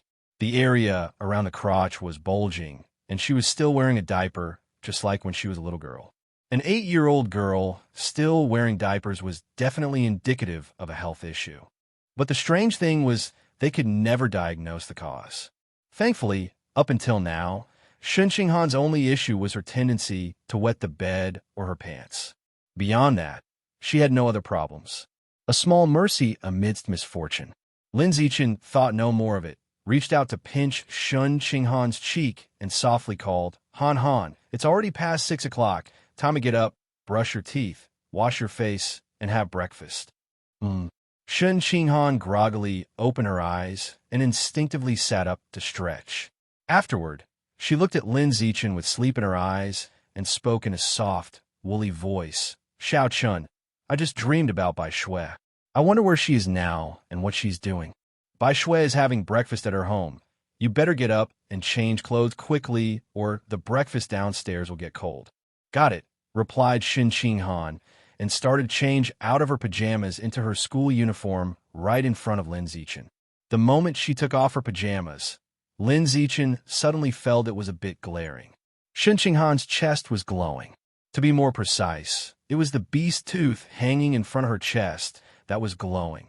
It was the beast tooth that the white-haired girl had given her. Han Han, the beast fong you're wearing around your neck is glowing. Really? Wow, take it off and let me have a look. Here you go. Shen Qinghan obediently removed the beast fong and handed it to Lin Zichen in front of her. Lin Zichen took the beast fong and examined it carefully in his hands. The room was dark because the lights were off, making the light emitted from the beast fong unusually bright, like fireflies in the night. Holding it in his hand, he could feel the vigorous life force contained within the fong. However, it wasn't a life force belonging to humans. It felt more like it came from exotic beasts, filled with brutal wildness. It wasn't until this moment that Lin Zichen realized the non-human aura emanating from the white-haired girl was from the beast fong, not the girl herself. So what kind of creature's tooth could this be? An exotic beast? Lin Zichen studied the beast fong for a good while, but couldn't make heads or tails of it. The light radiating from the beast fong soon dissipated. It became inconspicuous once more. Investigation was not possible. Seeing this, Lin Zichen had no choice but to pocket the beast fong for the time being. Then, urged by Zhang Wanxin, he went downstairs with Shen Qinghan to have breakfast. While eating breakfast, he borrowed Zhang Wanxin's phone to take a picture of the beast fong and uploaded it to the internet for image recognition. Unfortunately, he still ended up empty-handed. Now he had no choice but to rely on himself. So before leaving for school, he returned to his room, took his own beast fong with him, and planned to study it thoroughly at school. On the way, Lin Zichen and Shen Qinghan walked side by side, drawing the gazes of people around them wherever they went. The two of them were so good-looking that they outshone even the filtered child stars on television, prompting passersby to turn for a look. Lin Zichen was already used to all the attention and didn't care much about it, silently hurrying to school with Shen Qinghan. Wow, such good-looking kids. Are you two brother and sister, or a sister and brother? As they passed a bar, a heavily made-up woman came over, smiling maternally at them. Her clothes were very revealing, as though she was eager to show off every part of her body that might attract a man's gaze, and she held a lit cigarette in her hand, not looking like a decent person. We're not siblings. We're childhood sweethearts, best friends, Shen Qinghan said softly. Childhood sweethearts. How nice. I wish I had one too, the woman said with an envious smile, then asked, You're so young. Why are you going to school with your backpacks all by yourself? Where are your mom and dad? Our parents that... Stop talking. We're going to be late. Let's go. Shen Qinghan hadn't finished speaking when Lin Zichen interrupted and quickly pulled her away by the hand. After they were a good distance away, Lin Zichen slowed down a bit and said earnestly to Shen Qinghan, Don't chat with strangers on the road in the future, okay? Okay, I got it, agreed Shen Qinghan, nodding obediently. Soon, the two arrived at school. During class, the teacher on the podium droned on while Lin Zichen bowed his head and studied the beast fong below. The scene he had seen in his room that morning filled him with curiosity about the beast fong given by the white-haired girl. What kind of creature's tooth could it be that could glow mysteriously and still contain such a vigorous life force after being separated from a mouth for so long? Ordinary creatures obviously couldn't do this. It was most likely from an exotic beast. Moreover, it was probably one not yet recorded by humans.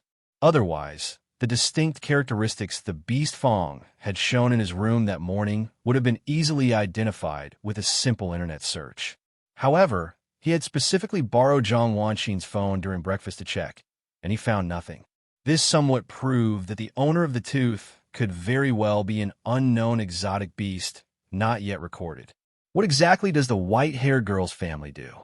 How could her mother give her such a special birthday gift? Could she be the illegitimate daughter of a martial arts family? Lin Zichen was utterly baffled. Time flew by swiftly. In the blink of an eye, it was time to leave school in the afternoon. As various cries of "goodbye, teacher" rang out, the students in the classroom quickly left, leaving only the unhurried Lin Zichen and Shen Qinghan behind. Both of them walked to and from school on their own, without the need to rush out of the classroom to find their parents like other students, worried that a slow departure would lead to traffic jams on the way home. Xiao Chun, our birthdays are next month, and I've already prepared your gift in advance. Have you prepared mine yet? Just stepping out of the classroom door, Shen Qinghan looked expectantly at Lin Zichen and asked. Their birthdays were only a day apart, and ever since they were young, their families always celebrated together. This year was no exception.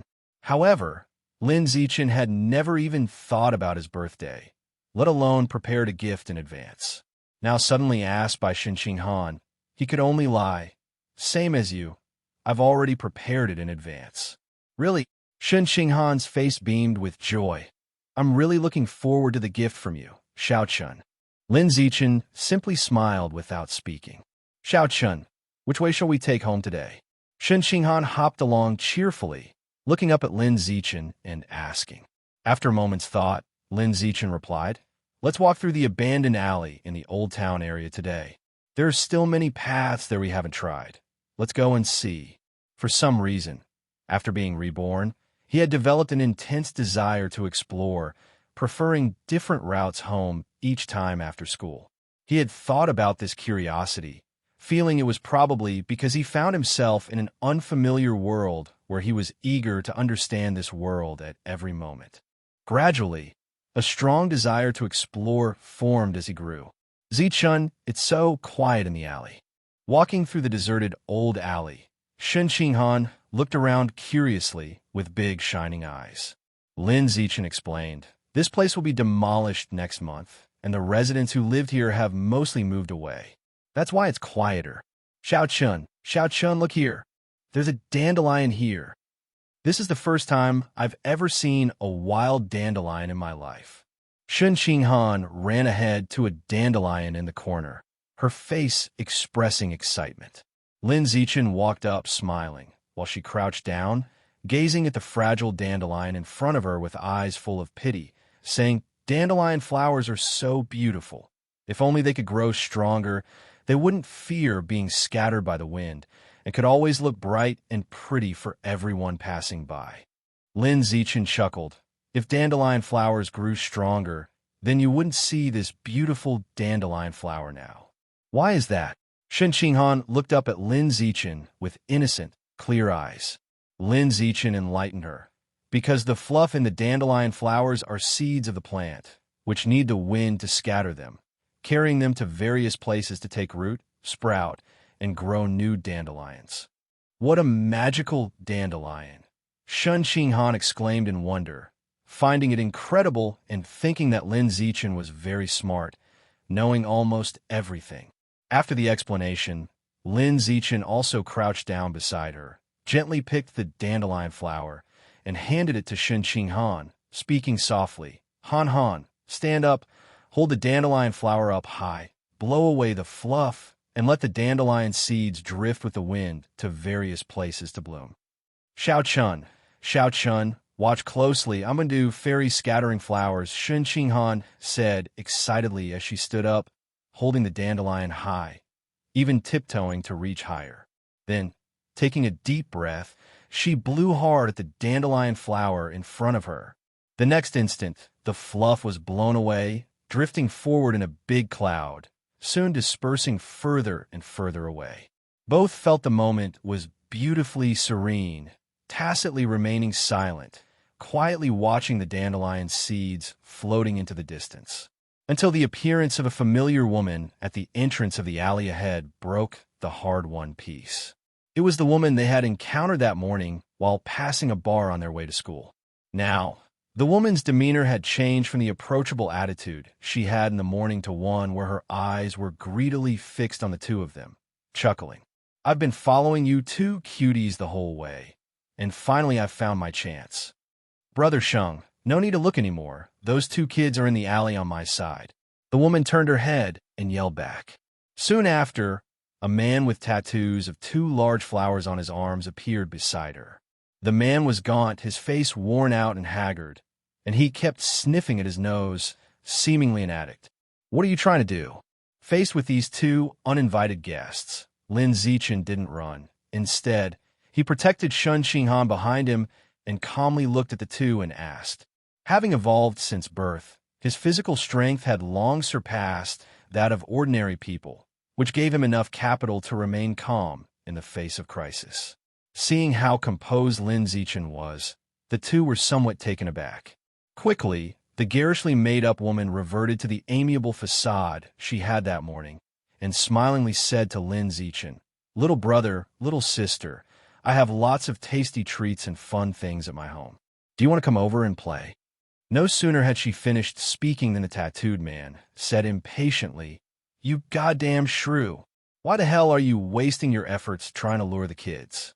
Just go up, knock them out, and take them away. I'm in a hurry to sell them for money." After that, he pulled out 2 towels with a strong odor from his pocket and threw one to the woman before hurriedly walking towards Shun Qinghan.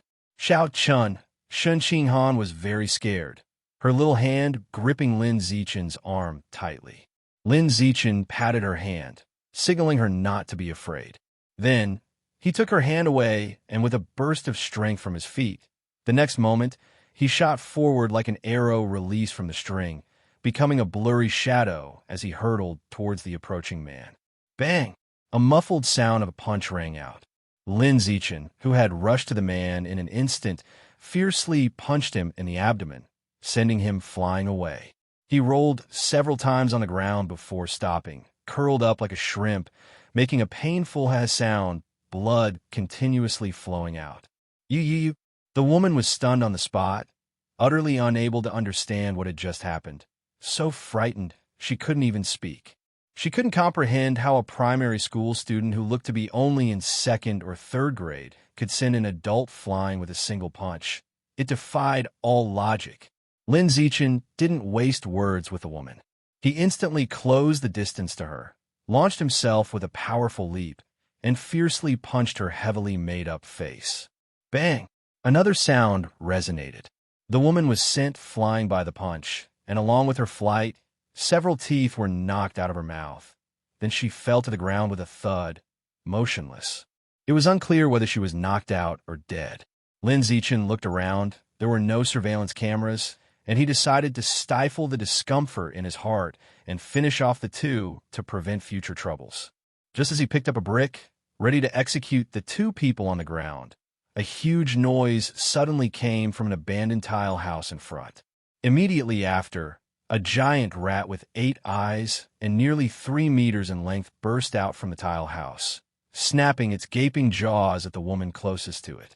With just one bite, the woman's head was torn off, blood spraying everywhere, and she died instantly.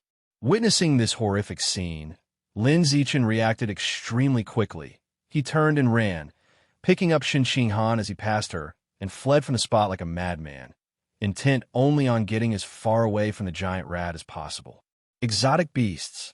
It was the same giant mutant rat that had appeared in Sakura Sea Country. There was one here too. This was a big problem. Adrenaline was coursing through Lin Zichen's body, his heartbeat continuously accelerating, and the sense of security he had built up over many years of evolution dissipated in an instant. Shun Qinghan, held in his arms, had already turned pale with fright and trembled uncontrollably, yet she kept herself from crying, not wanting to cause him any trouble. After running out of the alley and ensuring they were far enough away, Lin Zichen finally set Shun Qinghan down and shakily took out his children's wristwatch to dial the official public security team's number and report the incident. Old City Area. In the alley of the Old City Area, there's a giant exotic rat, just like the giant mutant rat that appeared in Sakura Sea Country some time ago. Lin Zichen panted, trying to steady his breath to fully articulate the situation. But the surge in adrenaline made his voice still quiver. No sooner had his words faded Then a roar of machinery echoed from the alley behind him before the security team could reply. He turned at the sound and saw a mechanically modified human with half of its body painted black, hovering steadily above the alley, raising its pure alloy right hand, aiming at the alley below. Then, from the right hand of the mechanized human erupted a burst of sparks, firing a smoke-laden shell down into the alley. Boom! The shell fell into the depths of the alley, exploding into a burst of purple-blue flames. The noise was loud, but the destructive power seemed weak. Lin Zichen, standing outside the alley, felt no shockwave. At the same time, the buildings within the alley didn't crumble into ruins as one might have expected. The scene before him was simply filled with a dense, purple-blue smoke spreading through the alley. The shell from before appeared to be something akin to a smoke grenade. What exactly it was, Lin Zichen did not know, but he guessed it must be something that could weaken the combat power of the giant exotic rats, like a smoke with anesthetic effects. Soon, Lin Zichen witnessed the hovering mechanized human slowly submerge into the smoky alley, landing on the ground to engage in close-quarters combat with the giant exotic rat. Having evolved since birth over many years, his senses were exceptionally sharp, allowing him to clearly hear the sounds of the altercation inside, even from outside the alley. Xiao Chen, what we do now? Shen Qinghan clutched Lin Zichen's hand tightly, her voice trembling as she spoke. Seeing her in such a state, Lin Zichen didn't hesitate. We go home. Although he was very curious about the fight taking place in the alley at the moment, he didn't dare to approach it recklessly, wanting only to hurry home. Then, to sit and wait for tonight's news to see if there was any coverage of the events in the alley. While he was thinking about this, his children's wristwatch continued to convey the voice of the security team's operator. Little friend, hey, little friend, can you hear my voice? Quick, get away from the alley. Don't go near it. It's very dangerous. The operator's voice sounded extremely anxious, deeply concerned for Lin Zichen's safety. Lin Zichen quickly came back to his senses, calming his emotions to respond to her. Sister, I've already left the alley. I am safe now. That's good. That's really good, sighed the security team's female operator in relief. Lin Zichen gripped Shen Qinghan's little hand tightly, trying to reassure her, then curiously asked the female operator, Sister, I just saw a mechanically modified human fly into the alley. Is that one of your security team members? It's a member of the security team, the operator confirmed and then advised Lin Zichen. Little friend, if you're okay, don't stay outside. Hurry home and stay safe by your parents' side, understand? Got it. Thank you, sister. He politely thanked her and then hung up the communication with the security team. Afterward, his gaze returned to the alley ahead, still engulfed in billowing smoke. The sounds of intense combat continued to emanate from there, intermixed with a multitude of high-pitched rat squeals, indicating that the giant exotic rat was on the defensive. Seeing him in the call, Shen Qinghan managed to speak with trembling lips. Xiao Chen, I want to go home. I'll take you home right now. Okay. Can you walk? If not, I'll carry you. My legs feel a bit weak. Then come on up. I'll carry you home. Lin Zichen turned and hoisted Shen Qinghan onto his back, walking quickly and silently toward the direction of home. You too. Why did you come back later than usual today? We stayed in the classroom for a while, so we came back a bit late. At the entrance of Shen Qinghan's house, Lin Zichen explained to Su Meng, who had come out to open the door. Su Meng nodded and didn't ask any further, telling him to go home early so as not to worry his parents. Before leaving, Lin Zichen glanced at Shen Qinghan. Seeing that the little girl was feeling much better, he felt relieved and turned back to go home. Regarding the incident that took place in the alley today, he had already made a secret agreement with Shen Qinghan to keep it between them and not let a third person know. The affair with the giant mutant rat was still manageable.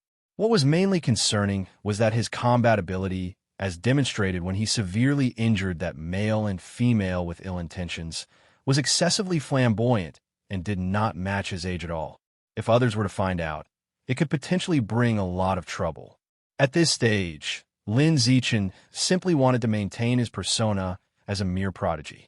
That way, He could gain certain privileges and a tilt in the distribution of educational resources at school, as well as make his parents proud. And that would be sufficient. Anything more would be inappropriate. It could significantly disrupt his current life rhythm, rendering him unable to evolve in peace and quiet. After he got home and had dinner, Lin Zichen did nothing but sit in front of the TV waiting for the evening news. He hoped that the security team would be efficient and reveal today's event happening in the alley tonight. About 10 minutes later, Lin Zichen finally got the news report he had been eagerly anticipating regarding the giant mutant rat that had appeared in the alley in the afternoon. The content of the broadcast was more detailed than he had expected. 2 different angle videos were released. One was a third-person perspective shot from a drone hovering above. The other was a first-person perspective recorded face-to-face by a mechanically modified human while grappling with a giant mutant rat at close range. Lin Zichen watched the videos from both perspectives together. The mechanically modified human initially rarely took the initiative to strike, simply maintaining distance and sparing with the giant mutant rat. He didn't step into the giant mutant rat's attack range, nor did he allow it to leave the purple-blue smoke. It wasn't long before the previously swift-moving giant mutant rat began to slow down significantly, as if it had been anesthetized. Clearly, the purple-blue smoke could weaken the giant mutant rat's combat ability. When the giant mutant rat's combat ability had sufficiently decreased, the mechanically modified human's arms sprouted sharp blades, and he began to actively engage and grapple with the giant mutant rat. The battle lasted nearly 7 minutes. In the end, the giant mutant rat was subdued with a fatal slash to the throat, and its heart was pierced, leaving it lying on the ground, struggling for life. The level of this mechanically modified human shouldn't be very high, Lin Zichen concluded after watching the video. He had previously searched for and watched videos of mechanically modified humans in combat, which featured bombardments that blanketed the ground, laser clearing, and a destruction capability that was both spectacular and fierce. Yet, the mechanically modified human he now saw on the news broadcast depended on poisoning the enemy and slowly grinding it down, appearing much weaker in performance. While he was contemplating these things, his parents, who had just finished tidying the dinner table and washing the dishes, came to sit down in the living room as well. The couple were instantly filled with surprise upon seeing the news on the TV. What's going on? Isn't this the same kind of giant mutant rat that attacked Sakura Sea country a while back? How come we have them in our country too? Zhang Wanxin asked with concern. Lin Yinqing frowned and turned to Lin Zichen, saying, Zichen, don't walk to and from school by yourself for now. Daddy will take you to and pick you up from school. No sooner had he finished speaking than Zhang Wanxin interjected. There's no need. The school has just sent a message saying that due to the appearance of the giant mutant rat in the old city district, classes will be suspended for half a month. Suspended for half a month? Upon hearing this news, Lin Zichen's brows slightly furrowed. He sensed that the issue with the giant mutant rat might not be so simple. It was highly probable that other giant mutant rats still existed in the old city district or nearby areas. Otherwise, they wouldn't suddenly suspend classes for such an extended period of half a month. Lin Zichen thought carefully and realized there was something off about yesterday's incident in the alley as well. The mechanically modified human had arrived too quickly. Barely any time had passed after the giant mutant rat appeared before the mechanically modified human reached the scene to exterminate it. It was as if he already knew the giant mutant rat was in the old city district, or perhaps he had been tracking the giant mutant rat all along and could rapidly arrive at the scene to handle any disturbance. Never mind. This isn't something I should be worried about. I should be undisturbed by the world outside, focused solely on evolving at home. This is what I need to do. However, it wouldn't hurt to learn a bit about the giant mutant rats. Thinking this, Lin Zichen left the living room and entered his parents' writing room, where he searched for information about giant mutant rats on the computer. He discovered that adult giant mutant rats can grow up to 3 meters in length, and once mature, their biological level averages a common tier 5. Common tier 5? Luckily, my first instinct upon encountering a giant mutant rat in the alley yesterday was to run away, not foolishly fight it. Or I might have had my head bitten off by now. Lin Zichen felt a wave of relief wash over him. No, I'm not training hard enough. I need to increase the intensity of my workouts. He became urgent once again, quickly leaving the writing room to start high-intensity training in his room upstairs. You are doing weighted push-ups, chi blood +2, arm muscle strength +2, chest muscle strength +2, push-up proficiency +1. You're doing weighted squats, chi blood +2, leg muscle strength +2, squat proficiency +1. You're doing weighted sit-ups, chi blood +2, abdominal muscle strength +2, sit-up proficiency +1. Time flew by. In the blink of an eye, a month passed. Lin Zichen and Shun Qinghan, childhood sweethearts, approached their 9th birthdays together. More precisely, it was Shun Qinghan's own 9th birthday. Their birthdays were one day apart, and both sets of parents had arranged to celebrate the other's birthday alternately each year, so their children could always celebrate together. Last year was Lin Zichen's birthday, so this year, it was Shun Qinghan's turn. In the evening, both families gathered for dinner at Shun Qinghan's house to celebrate. The two birthday kids had both prepared birthday gifts for each other with great care. Knowing that Lin Zichen liked reading, Shun Qinghan bought him a set of books related to mechanically modified humans, genetic integrators, and exotic beasts. Lin Zichen gave Shun Qinghan a hairpin he had handcrafted. Made of pure wood, hand-carved and polished, it bore Shun Qinghan's name and a dandelion she liked, looking exquisite. Xiaochun, this hairpin looks so beautiful, I love it. Shun Qinghan was very surprised, not expecting to receive a gift made by Lin Zichen himself. She quickly put on the hairpin, looking at it in the mirror with delight, finding it more and more appealing. It made her think that the books she gave him seemed a bit cheap in comparison. A gift made by hand holds more meaning and value than something bought with money. Xiaochun, how about we agree to give each other handmade gifts for our birthdays every year? Shun Qinghan suggested to Lin Zichen. Lin Zichen smiled and responded, sure. Xiaochun, when did you learn woodworking? And how come Mom had no idea? Zhang Wanxin felt a pang of jealousy as she looked at the beautiful wooden hairpin Shun Qinghan had on. Lin Zichen explained, I usually stay in my room a lot and don't come out, and I spend a lot of that time crafting. That was a lie. He spent his time hidden in his room doing high-intensity physical training. As for the woodworking skill, he just casually watched an online video last week, paid attention, and then learned it. That is the power granted by heavenly roots. Mom, I've also made a wooden hairpin for you. After we celebrate the birthday and return home, I'll give you a surprise. Lin Zichen whispered to Zhang Wanxin, noticing the bitterness in her heart. Upon hearing this, the bitter feeling in Zhang Wanxin's heart vanished, replaced by a sweet smile. Her precious son still knew how to honor his mother. After the birthday celebration, Lin Zichen returned home, turned off the lights, and lay in bed, not hurrying to sleep. Instead, he gazed quietly at the ceiling in the weak moonlight filtering through the window, lost in thought. He had been following up on the incident with the giant mutant rat that happened last month, curious why such a creature would appear out of nowhere in the old part of the city. However, the officials had yet to provide a clear explanation, and it remained a mystery. Fortunately, the giant mutant rat only appeared once, and there had been no further sightings, allowing life to return to normal.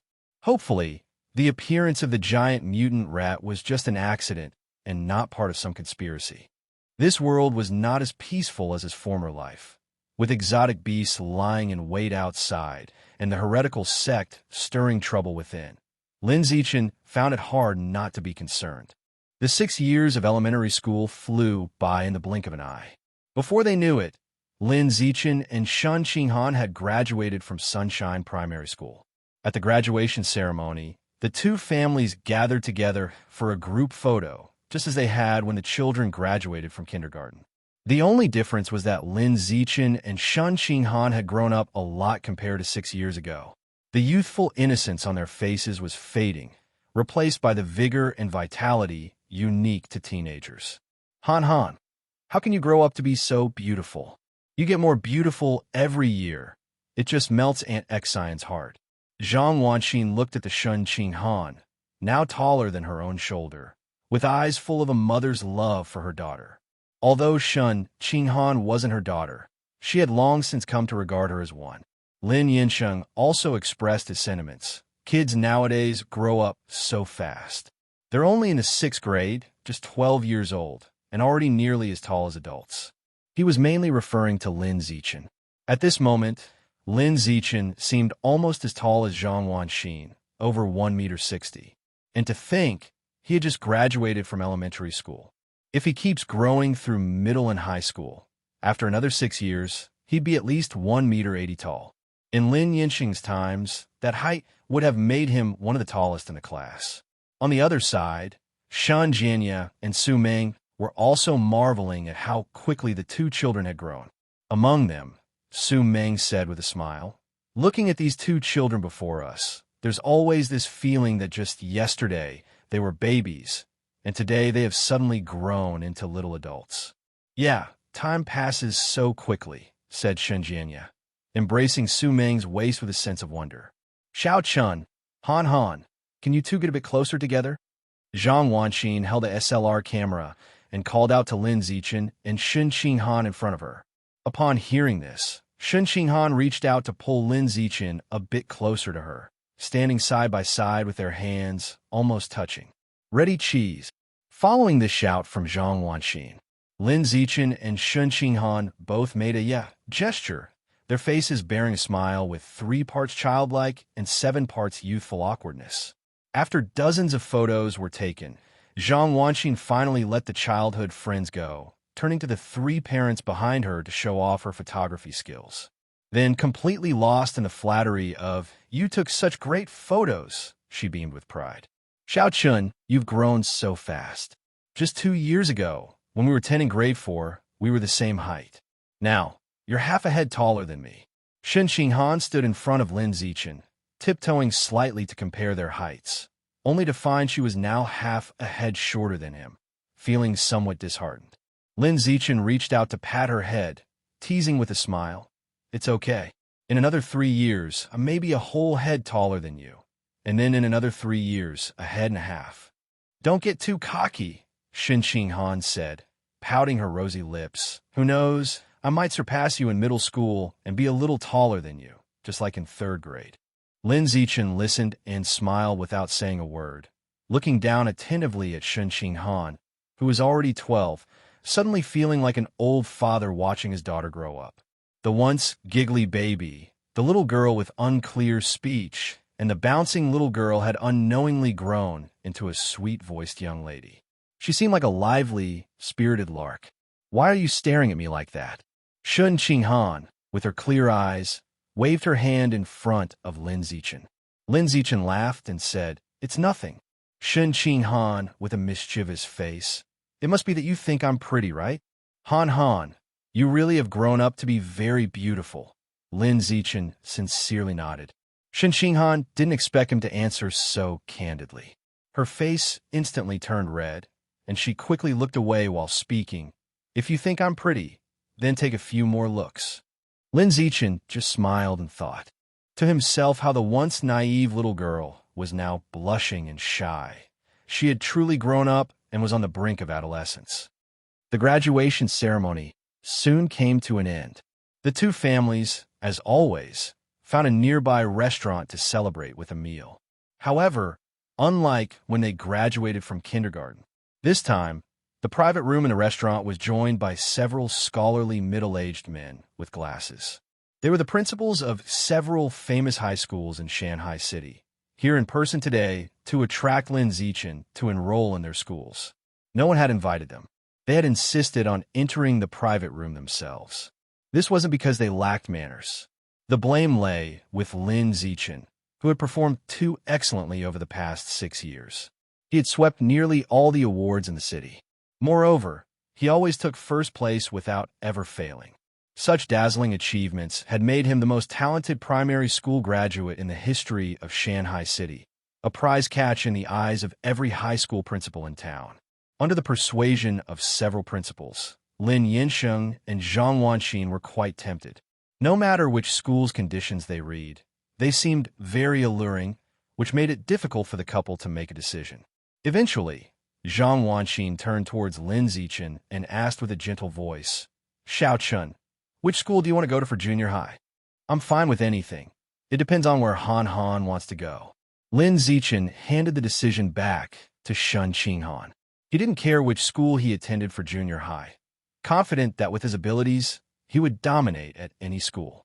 Shun Jianya and Su Meng, who were next to him, were suddenly taken aback.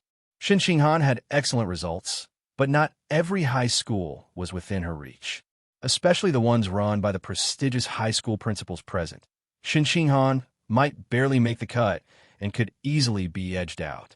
But now, thanks to Lin Zichen's words, she suddenly had the luxury of choosing any school, leaving Shun Jianya and Su Meng feeling quite overwhelmed. "Wanxin, I think it's better to let Xiao Chun make this decision himself." Su Meng looked at Zhang Wanxin and returned the decision to her. She felt that letting her own daughter decide would be too stressful, and their family couldn't bear the consequences. Zhang Wanxin smiled and said, "It's okay. Xiao Chun will only go to the same junior high as Qinghan. Let Qinghan choose whatever she likes."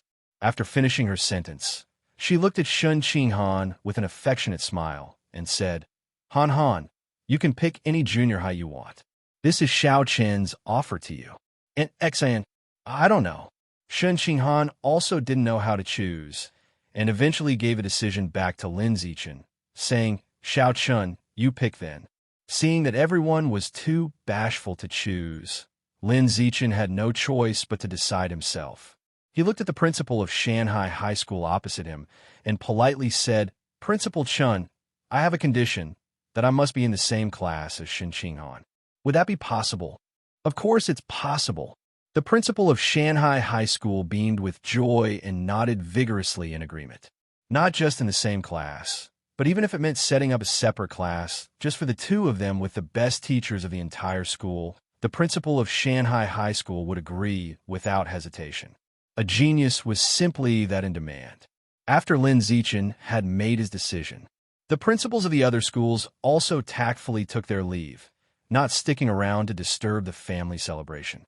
The principal of Shanghai High School also said a few more words and then astutely followed suit in leaving.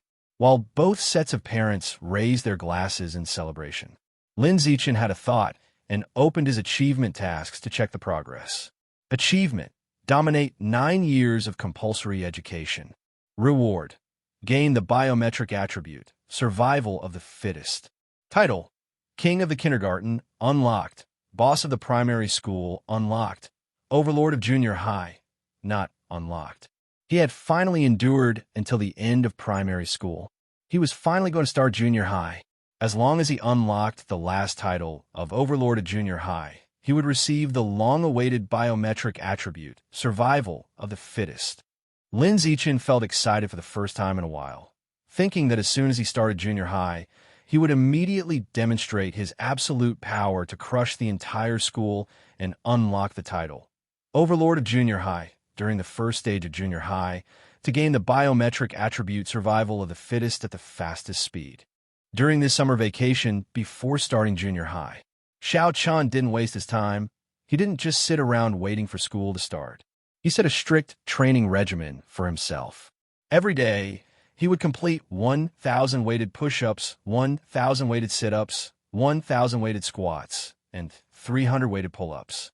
Besides, he ran 5 kilometers in the morning and evening. It wasn't a jog. It was an immensely intense interval run. Moreover, the route he ran had ups and downs through bushy areas with various obstacles. The intensity was tremendous each day. If an ordinary person trained with such high intensity every day without giving their body any time to recover, they'd probably drop dead within 3 days. However, Lin Zichen, with his use it or lose it attribute, had a physical tolerance far beyond an ordinary person's. Even the current intensity of the training wasn't enough to overdraw his body. It only made him stronger with each passing day, his physique becoming more formidable. You did 1,000 weighted push-ups, chi blood plus 2,000, arm muscle strength plus 2,000, chest muscle strength plus 2,000, push-up proficiency plus 1,000. You did 1,000 weighted sit-ups, chi blood plus 2,000, abdominal muscle strength plus 2,000, sit-up proficiency plus 1,000. You did 1,000 weighted squats, chi blood plus 2,000, leg muscle strength plus 2,000, squat proficiency plus 1,000. You did 300 weighted pull-ups, chi blood plus 600, arm muscle strength plus 600, back muscle strength plus 600, pull-up proficiency plus 300. You ran 10 kilometers at variable speeds, chi blood plus 4,396, endurance capacity plus 1,000, body coordination plus 1,000, running speed plus 1,000, running technique plus 1,000. Your biological level has been upgraded to ordinary level 3. Throughout the summer vacation, Lin Zichen maintained this training intensity every day, as regular as clockwork. Finally, on the day just before the start of school, he successfully broke through to ordinary level 3, and all of his bodily attributes received a substantial boost. He could easily lift a 700 kilograms weight with one hand. He could jump 4 meters high from a standstill. His 100-meter sprint only took 6 seconds. Strength, jumping ability, and speed all have been raised to these figures, and the biological level has just barely evolved to ordinary level 3. The value of this level is really high, he mused. In the wild, having just tested these 3 data points, Lin Zichen couldn't help but express his amazement. Then he murmured, "I wonder what level that prodigy from Capital City is at now. I'll go home and look it up." With strength that far surpassed his peers, he had no match among them, and could only compare himself with the prodigy seen on TV. When he got home, he took a quick shower. Afterward, Lin Zichen went to his room upstairs, lay on the bed, and used his phone to search for news about the Capital City prodigy. This phone was a gift from Zhang Wanxin, as a reward for his excellent performance throughout 6 years of elementary school. Zhang Wanxin trusted in his self-discipline, not worrying that he would become addicted to entertainment on the phone. Soon enough, news about the Capital City prodigy came up. The most recent news was from 3 days ago. It reported that the 14-year-old prodigy from Capital City could easily lift a 2,000 kilograms alloy with one hand. This strength data was more than 3 times that of Lin Zichen's. 2,000 kilograms? Not bad, he muttered to himself, not taking the Capital City prodigy's strength data seriously, because he knew very well that the other's current strength data relied entirely on the fusion with the exotic beast gene. It was the gene of the power ant. Normally, merging with this kind of exotic beast gene could increase one's strength by 4 to 8 times. Let's assume this Capital City prodigy increased his strength 4-fold. With that deduction, he was left with a strength of only 400 kilograms. Lifting a weight of 400 kilograms with one hand at the age of 14 was still very talented. But compared to Lin Zichen's 700 kilograms, it seemed rather weak. Not to mention, Lin Zichen was even younger. Looking at both aspects, the difference between the two was like day and night. It really looks like I'm the one with a more promising future. Lin Zichen smiled, already fantasizing about how powerful he would become after integrating with the exotic beast gene. In the blink of an eye, time had arrived at September 1st. Lin Zichen, who had been training intensely at home all summer, finally welcomed the eagerly anticipated start of the school year. Shanhai High School wasn't far from home, about a 5-kilometer journey. However, due to the school opening season, the roads were congested, and it took Lin Yansheng over half an hour of driving to finally reach the school gate with difficulty. "Old Lin, it's too crowded at the school gate, and it might be hard to park." From the car behind, Shen Jianya rolled down the window and shouted to Lin Yansheng. Lin Yansheng also poked his head out and replied, "No worries, we can drive into the school later to look for a parking spot." Drive into the school? Shen Jianya was a bit puzzled. Could cars actually enter the school?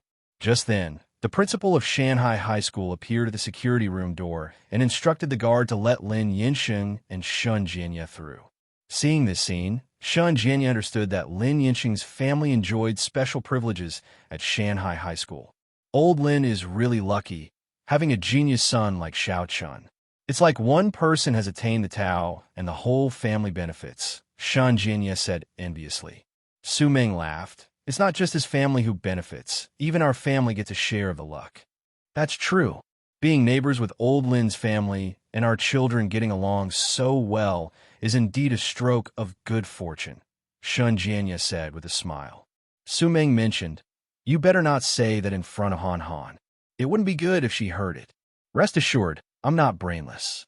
I know exactly what should and shouldn't be said," replied Shun Jianya as he drove the car into the school. Soon enough, both families had parked their cars inside the school.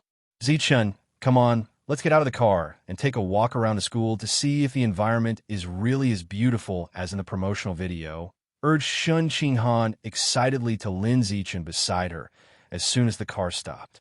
The two were seated in the back of Lin Yinqing's car, very close to each other.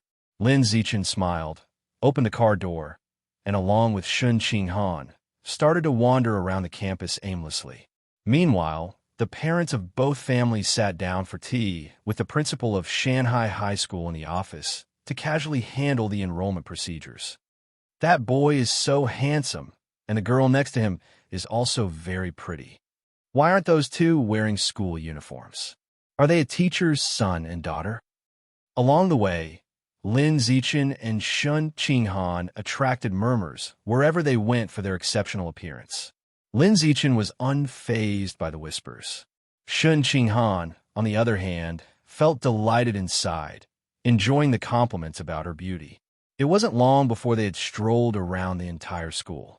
Then they discovered that the environment at Shanghai High School wasn't as beautiful as shown in the promotional video, not even half as much, which felt somewhat like false advertising. Yet neither of them felt disappointed. They were both well aware that promotional videos were seller stunts, filled with falsehoods, meant just for show and not to be taken as truth. As they were walking, Lin Zichun's phone rang. It was a call from Zhang Wanxin. She asked him and Shin Qinghan to head to the principal's office to meet the teachers of the various subjects in their class. Soon, Lin Zichun and Shun Qinghan arrived at the principal's office. As they entered, they saw that the room was packed with teachers, so full that there weren't enough seats for everyone, with half of them standing. "Come, Zichun, let me introduce you. This is your homeroom teacher, Mr. Guanfeng. This is your math teacher, Mr. Bai Yuanhe. This is your physics teacher." Seeing Lin Zichun come in, Principal Chun immediately got up and walked over, enthusiastically introducing him to the various subject teachers of the class. The class he was placed in was a top class. From the first year of junior high, they had to learn physics and chemistry and even had additional competition courses, making the learning intensity very high. "Zichun, the school has high hopes for you. We hope that in the next 3 years, you can bring countless honors to the school." After introducing the teachers, Principal Chun patted Lin Zichun on the shoulder, expressing his great expectations for him. He then let Lin Zichun have a good talk with each of the subject teachers, while he turned to continue talking with his parents. In another corner, Shun Qinghan's family sat ignored, feeling out of place and barely noticeable throughout the entire meeting. Shun Jianya and Su Ming were quite worried about this. Their daughter was smart and beautiful, but compared to Lin Zichun, who was currently the center of attention, she seemed too ordinary, even inconspicuous. With such a big gap, the two children would gradually drift apart sooner or later until they belonged to two different worlds. What should they do? Unlike her parents, Shun Qinghan had never thought about these problems. She just thought that Lin Zichun was very impressive, and as his closest childhood friend, she felt extremely proud. "Look, this boy is not only handsome, but also excels in both arts and sports, exceptionally outstanding. You may not believe it, but he's my childhood friend. Oh, we've grown up together, and our relationship is super, super close. Are you guys jealous?"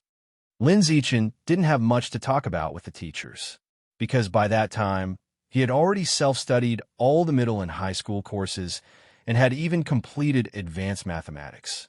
With the help of Heavenly Roots, he had learned all of them to a very high level. Take math, for example. He could easily achieve perfect scores on every test. Thus, Lin Zichen merely exchanged pleasantries with each of the subject teachers to familiarize himself with them, then quickly found an excuse to leave with Shen Qinghan. After the two children left, Lin Yinqing noticed the awkwardness of Shun Jianya and Su Meng in the corner and realized he had been neglectful. He had been so engrossed in conversation with the principal that he had forgotten about his two friends. Once he realized this, he immediately took the initiative to steer the conversation toward his friends, telling the various subject teachers, "Everyone, our Xiao Chun and their Han Han are the best of friends. They have promised to attend the same high school and university since they were young. I hope you can pay extra attention to these two kids." Zhang Wanxin heard this and added, "Xiao Chun has always been stubborn since he was a child. If he says he will do something, he will definitely do it. He and Han Han have agreed to go to high school and university together.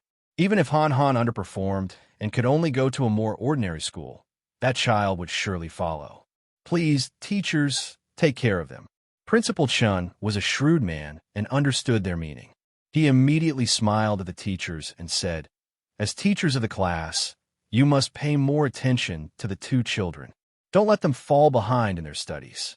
After speaking, he proactively approached Shun Jianya and his wife to chat cordially and learn about Shun Qinghan's situation. Seeing this, the other teachers also started to converse with Shun Jianya and Su Meng. Shun Jianya and Su Meng felt honored by the attention and glanced toward Lin Yinsheng and Zhang Wanxin, mentally noting the kindness of their two friends. The school playground. Lin Zichen and Shun Qinghan sat on the grass. They watched the coming and going of students, greatly enjoying the tranquility of the moment.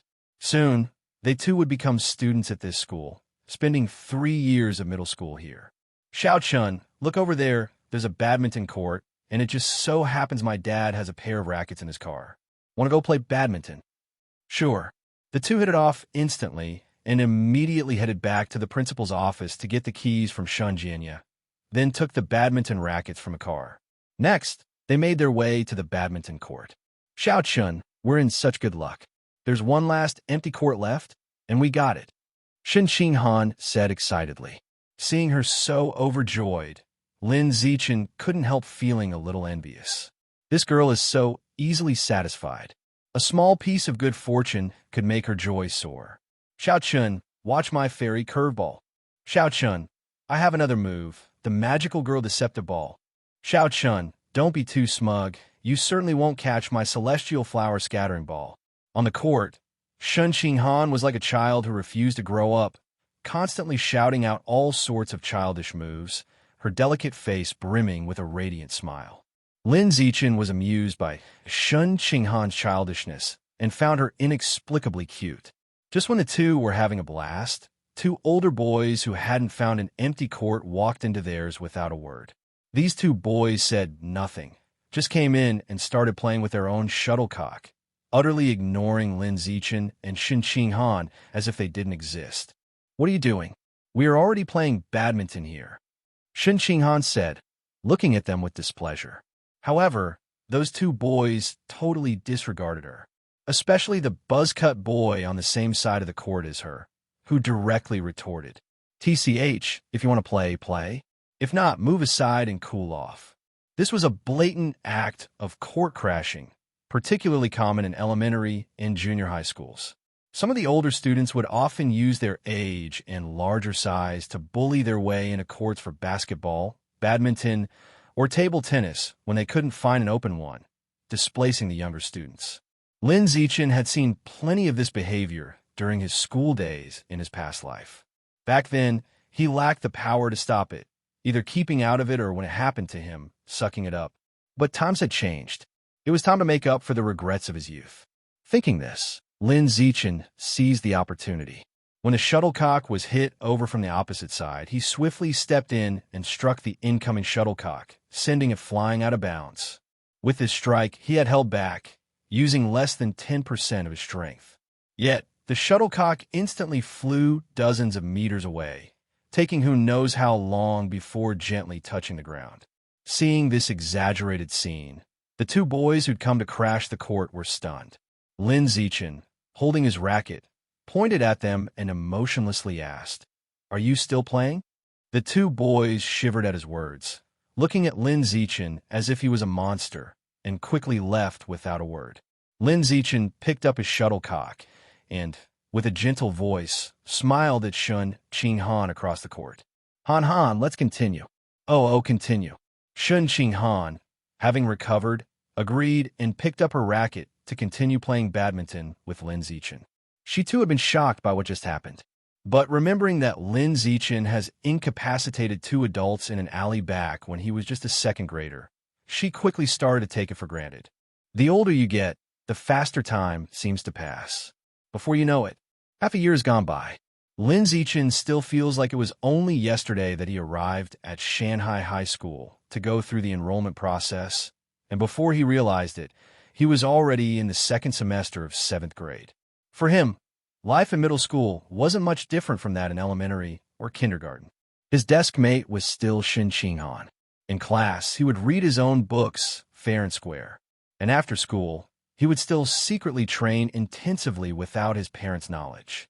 The only difference now was that with a cell phone, he would often browse various instructional videos online and learn all sorts of new skills to better himself when he felt bored at night.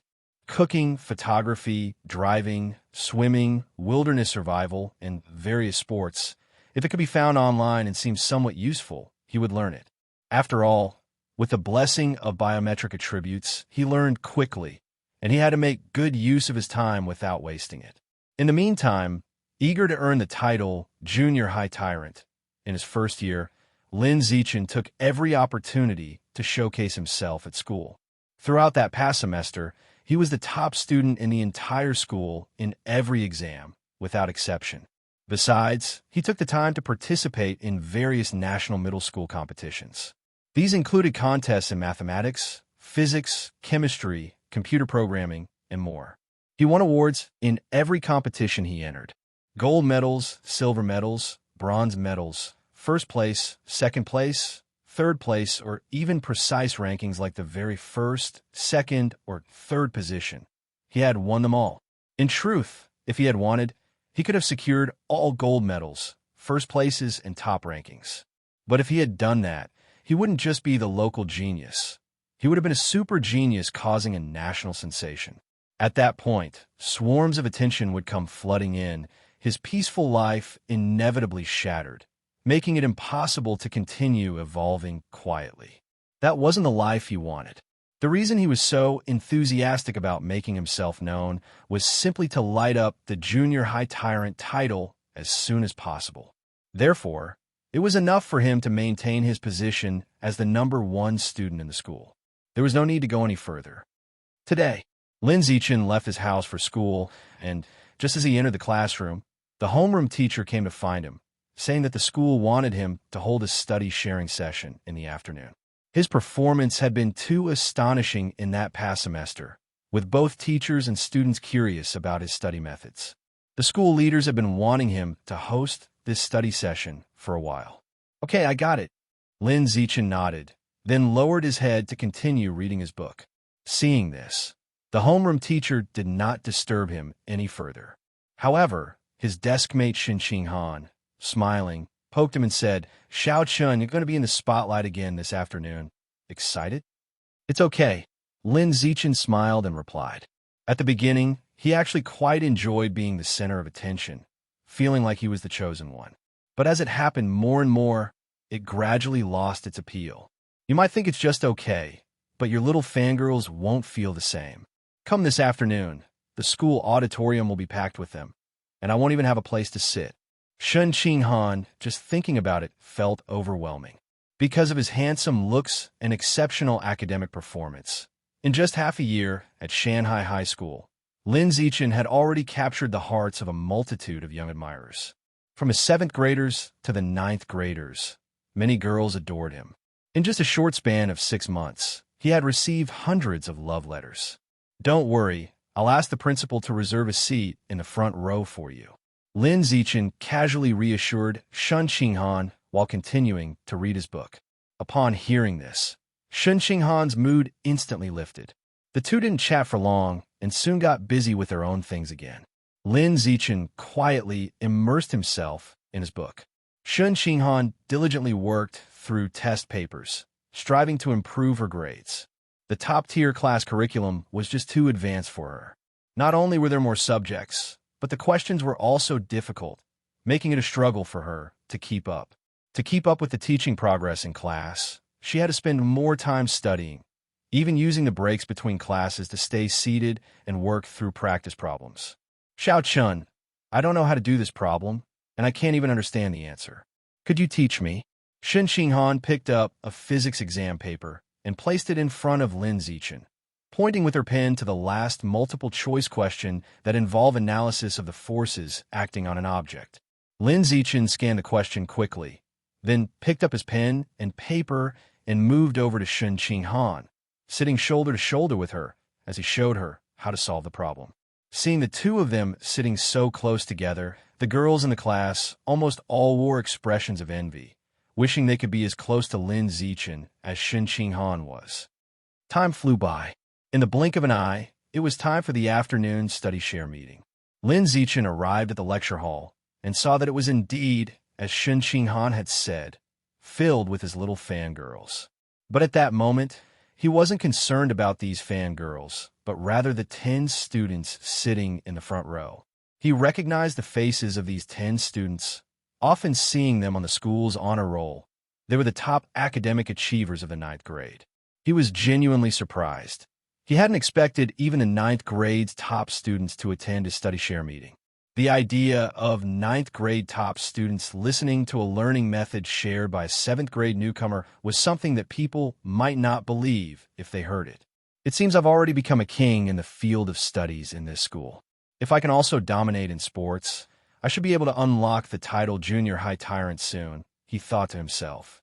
With this thought, Lin Zichen could hardly wait to show off his skills at the school sports meet next month. The study share meeting soon began. The 10 top students sitting in the first row all pricked up their ears, listening intently, afraid of missing any detail. It wasn't long before all the contestants had signed in. A PE teacher in charge began organizing the opening ceremony for each class. During this time, the athletes warmed up in the middle of the field. Xiao Chun, I bought you a sports drink. They say drinking this can improve your performance. Do you want some? Shun Qinghan walked up to Lin Zichen, who was stretching his tendons, and handed over the can with a bull printed on it. Lin Zichen felt that it wasn't very useful, and he didn't need external help to improve his performance. But because Shun Qinghan bought it, he didn't think twice before taking a sip. How does it feel, Xiao Chun? It seems to have some effect. I feel a bit more spirited. Lin Zichen told a white lie on the spot. After hearing this, Shun Qinghan smiled and made a cheering gesture, saying, Xiao Chun, I'll be waiting for you to come back with 3 gold medals for a photo together. I will, Lin Zichen confidently replied. The martial arts team boys standing nearby laughed inwardly at his confidence in winning 3 gold medals. About half an hour later, the school sports meet's opening ceremony finally concluded. The competition officially began. The first event Lin Zichen signed up for was shot put, followed by the high jump, and finally the highlight event, the 100-meter dash. Zichen, go for the first place. Your senior believes in you. As Lin Zichen queued up for the shot put, a girl in the crowd to his left waved at him. Lin Zichen turned with a smile, only politely acknowledging her, nothing more. The martial arts team boy in front of Lin Zichen felt utterly tormented by the scene, internally begging for the competition to start quickly, because the girl cheering for Lin Zichen was the one he had a secret crush on. Soon, it was the martial arts team boy's turn to throw the shot put. He picked up the shot and with a fierce twist, flung it from his hand. After a moment, the judge's voice echoed from the front. 15.67 meters. As soon as the distance was announced, the spectators all wowed, shocked by the result.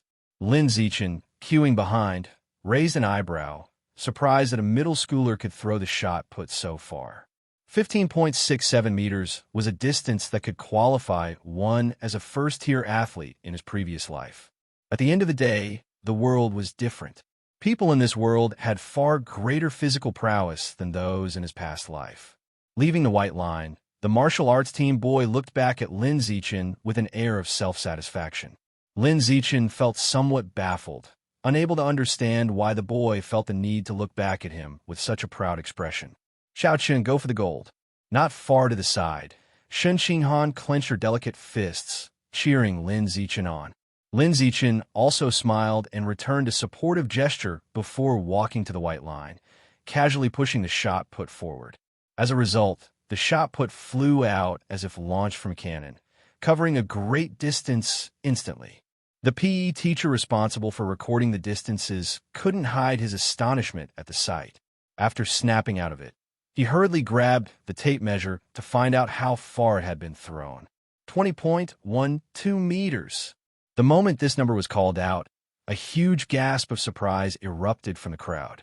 Everyone's face was filled with shock, especially the martial arts team boy, who was so stunned that his mouth hung open wide enough to swallow the shot put, his face filled with disbelief. How can this be possible? How could he throw it 20 meters? He's just a freshman in junior high. I must be dreaming. Thinking this, a boy from the martial arts team raised his hand and slapped his own face. It hurt a lot. It was reality. The people nearby looked baffled, not understanding why he would slap himself for no reason. Xiao Chun, you're so awesome. Shen Qinghan, holding her phone that had just captured a few photos, excitedly ran towards Lin Zichen. Lin Zichen touched her head and smiled. I've already gotten 1 gold medal, 2 more to go. You just wait to take pictures from me after the sports meeting is over. In the following time, Lin Zichen participated in the running long jump and the 100-meter sprint one after another. As expected, he took first place without any suspense in all of them, smoothly collecting 3 gold medals. The boy from the martial arts team, who was previously filled with confidence to outperform him, ended up with a life full of doubts, getting 3 silver medals, and was completely dumbfounded. Zichun, Jr., you're too amazing. All gold medals. Your senior sister admires you so much. Zichun, Jr., I bought you some water. Zichun, Jr., drink mine. Drink mine. I bought you a sports drink that can help you recover your strength quickly. Lin Zichen had just gotten off the stadium stage with 3 gold medals when he was surrounded by several enthusiastic senior sisters. They formed a tight circle around him, making it impossible for him to walk away. Shen Qinghan, holding a sports drink she had just bought, stood on the outside trying to hand it to him, but couldn't reach. Seeing this, Lin Zichen in the middle had no choice but to say to the senior sisters surrounding him, "Thank for the kind thoughts, senior sisters. I brought my own water. I'll just drink that."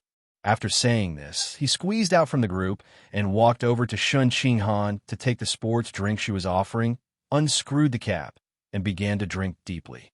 Xiao Chun, you're so popular at school. Even the 9th grade senior sisters have become your little fangirls, Shen Qinghan said enviously. Lin Zichen screwed the cap back on and chuckled, but I don't need so many little fangirls. Having you as my little fangirl is enough for me. I'm not your little fangirl. I'm your childhood friend, okay? Shen Qinghan pouted her rosy lips, displaying her dissatisfaction. Lin Zichen just laughed and didn't say anything. The girls around them all looked on with envy at this scene. They were all so envious of Shen Qinghan, an ordinary girl, yet she had a childhood friend who was not only handsome, but also good at studying and had great athletic abilities. It looked just like a fairy tale of Cinderella and the prince. Shen Qinghan, feeling the envious gazes from the girls around her, felt delighted inside. Having Lin Zichen as her envy-evoking childhood friend made her feel like she owned the whole world. After finishing the drink in a moment, the two took a lot of nice photos together. When they were satisfied with the pictures, they walked back to the classroom together, packed up their things, and rode home on a bike. Because her home was a bit far from the school, Zhang Wanxin specially bought Lin Zichen a bicycle to make it convenient for him to ride to and from school with Shen Qinghan. On the way back to the classroom, Lin Zichen suddenly remembered something and immediately sent his thoughts into the void. Right after that, he finally saw the message he had been eagerly awaiting. Your academic and athletic achievements have utterly outclassed everyone in the school, making all the students pale in comparison, successfully unlocking the title, Junior High Tyrant, Kindergarten Kid King title, Elementary School Boss title, junior high tyrant title, all unlocked. Dominating the 9 years of compulsory education, achievement reached. Biometric attribute acquired. Survival of the fittest. Survival of the fittest. Your life essence reigns supreme over all, capable of devouring the life essence of other beings to promote your own evolution. The moment Lin Zichen saw this text, the first thought that surfaced in his mind was, there are ranks and grades within life itself. It felt like a return to the primitive natural world. Survival of the fittest. Only the adapted survive. However, he didn't dwell on this thought for long and quickly focused his mind on the words life essence. Life essence? What did it refer to? Suddenly, Lin Zichen remembered the animal teeth that the white-haired girl had given to him and Shun Qinghan. He recalled that when he had studied the teeth before, he had found they contained a vibrant life force. So, he turned to Shun Qinghan, who was walking beside him humming a tune, and asked, Han Han, can you take down your beast tooth and let me take a look? Why do you suddenly want to see the beast tooth? Shun Qinghan obediently took off the beast tooth and handed it to him, asking with some confusion. Lin Zichen made up a reason on the spot. I feel the material of this beast tooth is quite good. I was wondering if it could be made into jewelry for you. Ah. Shun Qinghan was a bit stunned by the comment, and then said with a troubled face, Zichen, this is a gift from Bai Shui to us. Isn't it inappropriate to just turn it into something else without permission? That's true. We won't modify it then, Lin Zichen said nonchalantly, his attention fully on the beast tooth in his hand, feeling for the vibrant life force within it. The moment he felt the life force, the palm of his hand holding the beast tooth suddenly warmed, and in the next moment, the vitality of the beast tooth surged into him through his palm. At the same time, several lines of text appeared in the void. You have devoured a strand of the abyssal giant butterfly's life essence. Abyssal giant butterfly album, 1%. When the album progress bar reaches 100%, you can evolve certain attributes or skills of the corresponding exotic beast. Could this be a butterfly's tooth? Lin Zichen finished reading the text and looked down at the beast tooth in his hand, as thick as his little finger, feeling quite amazed and incredulous. It could only be said that the exotic beasts on this mutated earth were all strange creatures that couldn't be understood with past knowledge. Soon, Lin Zichen's thoughts returned to survival of the fittest. In plain terms, this trait meant that he now had the ability to devour other living beings to become stronger. This gave him a lot of ideas. For animals like ants, mosquitoes, flies, cockroaches, which are omnipresent, could he also devour their life essence and thereby acquire their attributes or skills? For instance, the cockroach's tenacity for life? He would need to find some small animals to test the survival of the fittest trait after getting back home. Xiao Chun, you see this beast tooth every day, don't you? Why are you so engrossed in it all of a sudden? Seeing Lin Zichen standing still, staring at the beast tooth in his hand without moving for a long time, Shun Qinghan was puzzled. Lin Zichen, hearing this, pulled his mind back from the void but didn't elaborate much. He casually brushed off her inquiry and returned the beast tooth to Shun Qinghan before going back to the classroom with her. Though all the vitality in the beast tooth had been drained, it was different from flesh and blood. It wouldn't decay and could still be preserved for a long time. It wasn't long before they got back to the classroom. As soon as he entered, Lin Zichen was shocked by the state of his drawer. The previously rather empty drawer was now filled to the brim with love letters, so full that not a sliver of space could be seen. Without having to think about it, it must have been from a girl who has a secret crush on him. Too shy to give him the love letters in person, she took the opportunity when he wasn't in the classroom to stuff a pile of love letters she had accumulated over time into his drawer. After all, this wasn't the first time he had encountered such a situation. So many love letters. How should I deal with these? Looking at the love letters in the drawer, Lin Zichen felt quite troubled. At that moment, Shun Qinghan handed him another love letter, almost taking pleasure in his misfortune. Earlier on the sports field, the study monitor from the class next door asked me to give this to you. She was too embarrassed to find you. Another one, Lin Zichen took the love letter from Shun Qinghan and felt even more troubled. He sighed to himself and began to clear out all the love letters from the drawer. During the process, he glanced at the handwriting on the covers and was somewhat surprised to find that it wasn't just love letters from one person, but as many as over a dozen people mixed together. These girls have quite good qualities, not throwing away their competitors' love letters. Lin Zichen laughed wryly through his frustration. He then neatly stacked all the love letters in his hand, intending to find a secluded spot to dispose of them. Seeing the situation, Shun Qinghan immediately intervened. Xiao Chun, don't throw those love letters away. If the girls who wrote them found out, how heartbroken would they be? If you don't want them, I can keep them for you. Whenever you want to take a look, you can always come and get them from me. After saying that, she took all the love letters from Lin Zichen's hands and stuffed them into her little backpack. Lin Zichen was happy to let her do so, since it saved him the trouble. Just at that moment, he suddenly remembered that he had a beast tooth given to him by a girl with white hair in his backpack and casually swallowed it. You have consumed a strand of the Abyssal Giant Butterfly's life essence. Abyssal Giant Butterfly Collection, 2%. Now that he knew the name of this exotic beast, he wondered whether he could find any information related to it online. Well, let's have a look. Thinking this, Lin Zichen immediately took out his phone and searched for the words Abyssal Giant Butterfly.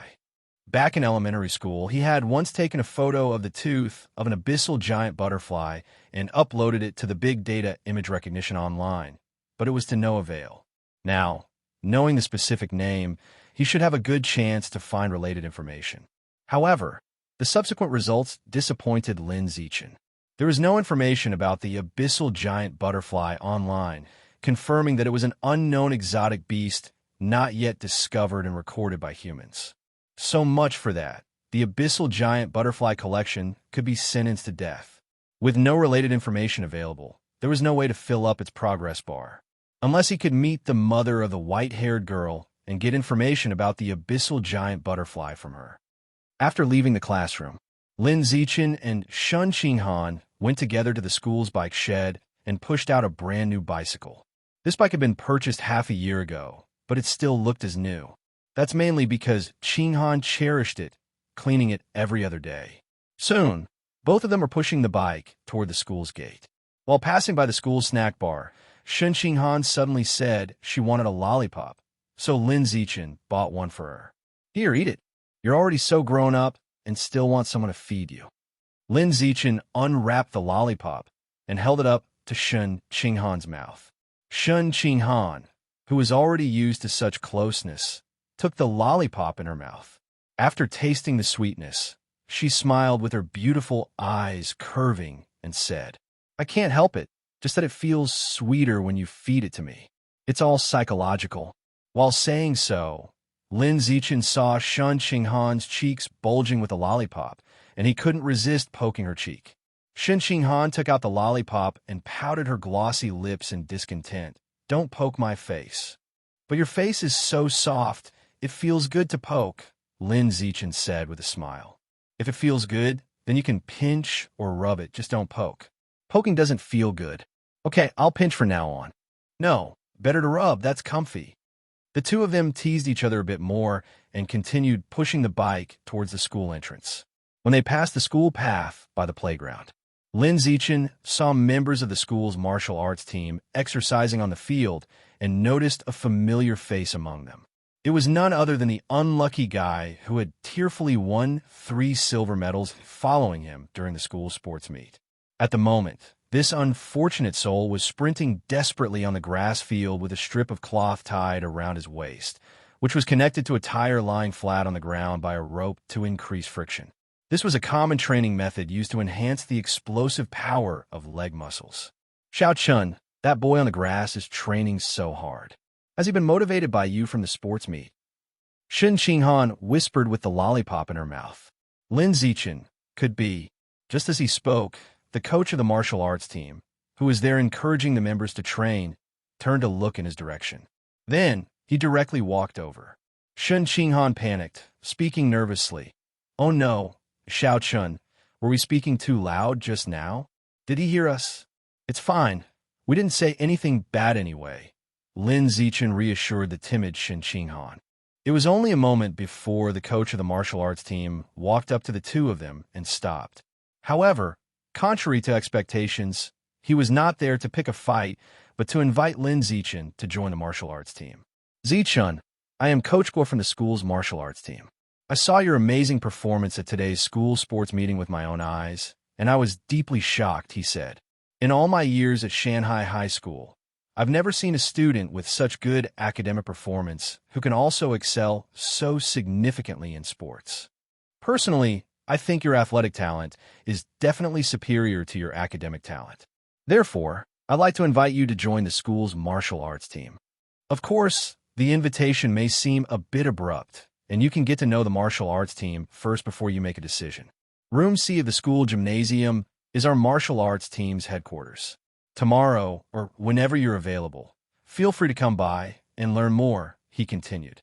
Guo Xiangyuan said all this in one breath, without giving Lin Zichen a chance to speak. He genuinely thought that Lin Zichen's athletic talent was far more outstanding than his academic talent.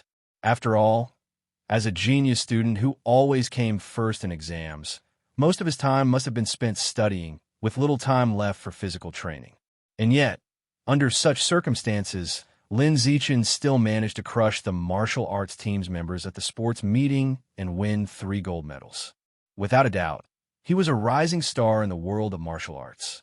If Lin Zichen didn't take the path of martial arts, it would be a waste so egregious that both gods and men would be outraged. Watching the martial arts team's coach who approached him like a salesman, rambling non-stop, Lin Zichen frowned slightly, not taking a very good impression of him. So, as soon as he finished, Lin Zichen immediately smiled politely and said, "We'll see about that. I need to get home now. Goodbye, Coach Guo." Having said that, Lin Zichen pushed his bicycle and left with Shen Qinghan. Once they were out of the school gate, he swung his leg over the bicycle and said to Shen Qinghan beside him, "Han, hop on. Zichen, how about I ride you home today?" Shen Qinghan, with a lollipop in her mouth, hopped over to the front of the bicycle, eager to give it a try. Lin Zichen decisively refused. "Forget it. The last time you rode alone, you almost fell into a ditch. If you carry me, you're more likely to kill me. That was just an accident. Give up. With those skinny legs of yours, you definitely can't pedal a bike with someone else on it." "All right, I'll do as you say," Shen Qinghan said, no longer insistent, and obediently went to sit on the back seat, wrapping her arms expertly around Lin Zichen's waist. Seeing her settled, Lin Zichen lightly pedaled away. Despite not seeming to exert much effort, the bicycle sped off, covering a distance of hundreds of meters in no time. Lin Zichen's cycling skills were high caliber, on par with professional cyclists, smoothly weaving through the busy streets and alleys without attracting a single curse from pedestrians. Shen Qinghan sat behind, her arms wrapped around Lin Zichen's waist, sucking on her lollipop, feeling the breeze and feeling utterly exhilarated. Many female students from Shanghai High School were walking by, all looking enviously at Shen Qinghan seated on the rear of Lin Zichen's bike. Shen Qinghan had lost count of how many times she had been the object of envy among girls her age. Each time she was envied, her heart swelled with delight. As she reveled in these feelings, she couldn't help but let out a silly chuckle. "Why are you suddenly laughing like that?" Lin Zichen asked. "Oh, it's nothing. There's a countdown for the green light ahead. I'm going to speed up for the sprint. So hold on tight," he instructed. "Zichen, I'm holding on tight. Hurry, the green light is almost over," Shen Qinghan urged. "Here I go," Lin Zichen exclaimed. "Go on, little witch of flight. Faster." Shen Qinghan cheered with unclear speech because of the lollipop in her mouth, her bangs blowing wildly in the wind, her face full of excitement. Lin Zichen, the one responsible for pedaling, was up front, desperately pushing the pedals, afraid of not making it to the green light at the upcoming intersection before it turned off. He stopped at the gate of his home. Xiao Chun bid goodbye to Shen Qinghan and pushed his bicycle into the house. As soon as he entered, Zhang Wanxin greeted him with an enthusiastic face and asked with a big smile, "Xiao Chun, how did the school sports day go? Did you get all gold medals?" "Yeah, I got 3 gold medals." Xiao Chun took off his backpack, unzipped it, and took out 3 gold medals to hand over to Zhang Wanxin. Zhang Wanxin was thrilled, her eyes crinkling into slits as she exclaimed with joy, "I knew it. My Xiao Chun is a genius in both literature and martial arts." After saying that, she turned her head to Lin Yansheng, who was immersed in watching a football match on the couch, and called out with some dissatisfaction, "Hey Lin, your son brought back 3 gold medals from the sports day, and you still won't come to praise him. What game are you still watching?" Coming. Lin Yansheng came over, grinning and jogging all the way. Afterward, the family of 3 each wore a gold medal and took a happy family photo at home. It was mainly Zhang Wanxin who wanted to take the photo. She wanted to show off her son on her circle of friends. After dinner, Xiao Chun went up to the rooftop filled with vegetables to hunt for mosquitoes. He wanted to test the effect of the survival of the fittest, a tribute to see if he could absorb the life source from within the mosquitoes, thereby obtaining their attributes or skills. However, after killing more than 20 mosquitoes, there was still no display of the anticipated textual information in the void. It seemed that mosquitoes did not possess a life source, or, to say, it was negligible. Out of rigor, he stopped hunting mosquitoes and went back inside the house to hunt cockroaches. After more than 2 hours, he had killed over 10 cockroaches. But the result was the same. There was no life source to absorb. Could it be that ordinary creatures won't do, and it has to be exotic beasts? Xiao Chun thought about this and felt it was highly likely. Perhaps only creatures as powerful as exotic beasts harbored enough life source within them to be absorbed. For small animals like mosquitoes and cockroaches, at the bottom of the food chain, the life source they contained was probably pitifully little, virtually negligible. Otherwise, there was no way to explain the results of the tests he just conducted. After all, in the annotation of survival of the fittest, it mentioned living creatures in general, without specifying exotic beasts. Having come to this understanding, Xiao Chun decided to take a trip to the mall. In this world, malls sold merchandise related to exotic beasts.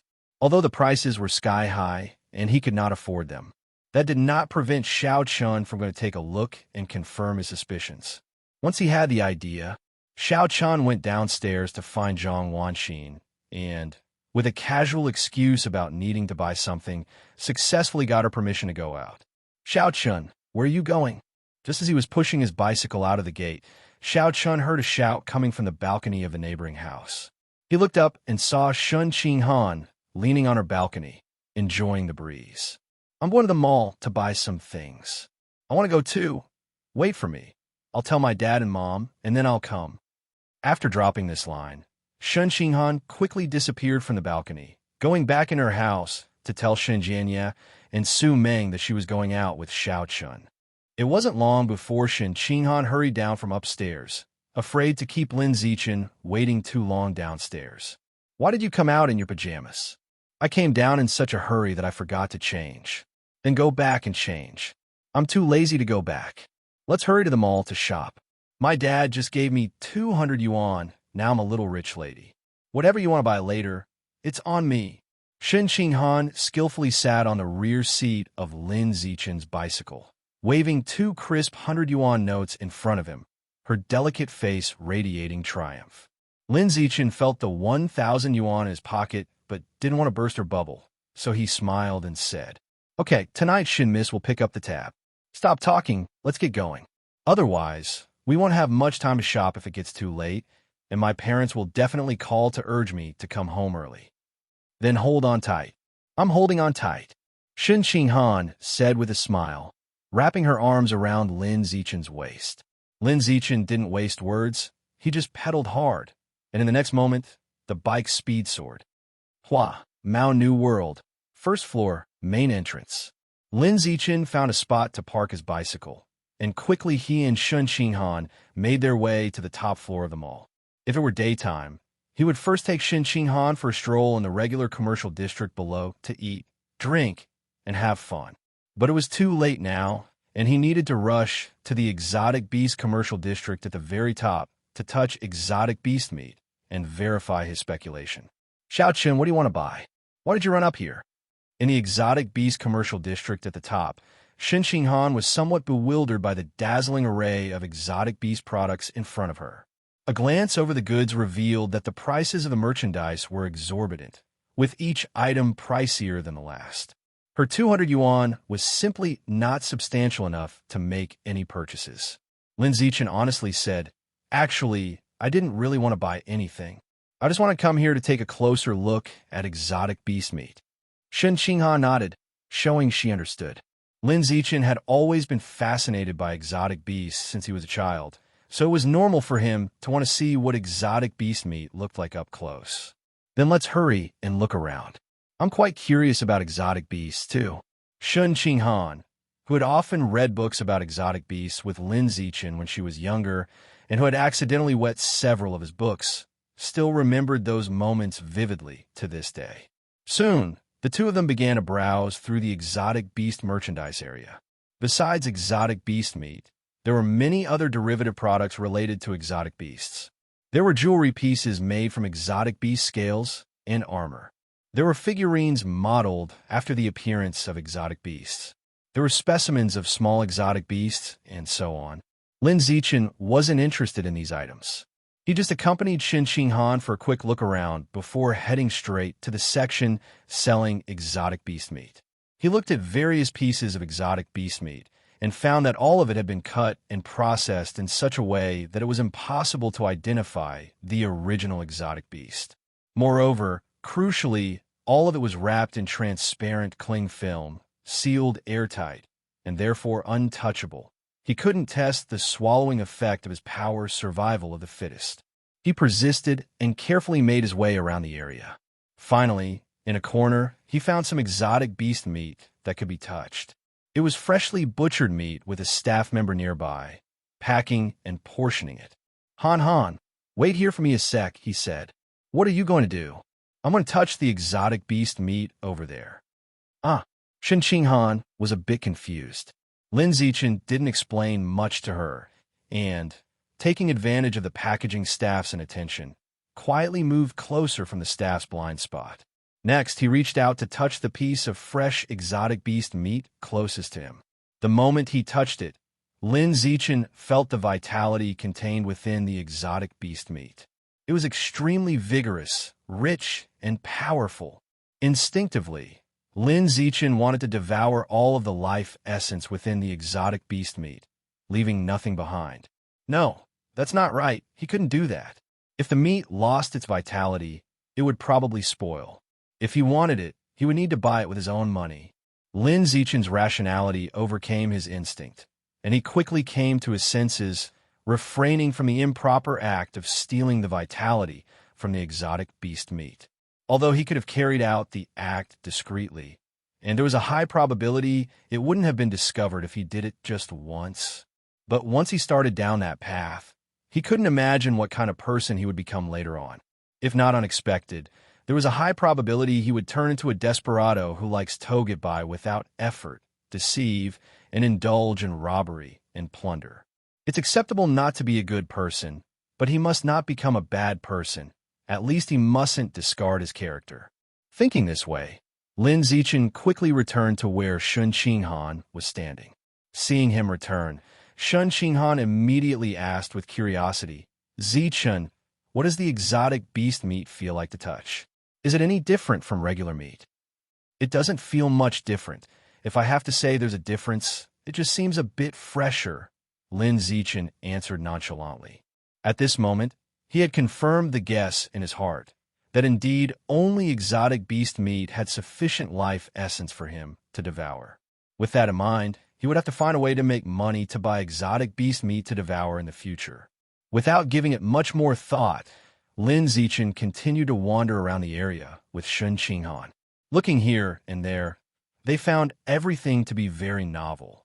Aside from a few low-priced derivative products, most of the goods related to exotic beasts were extremely expensive luxury items, beyond the reach of ordinary families.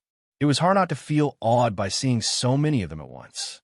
He felt that they had browsed enough. His horizons had been sufficiently widened.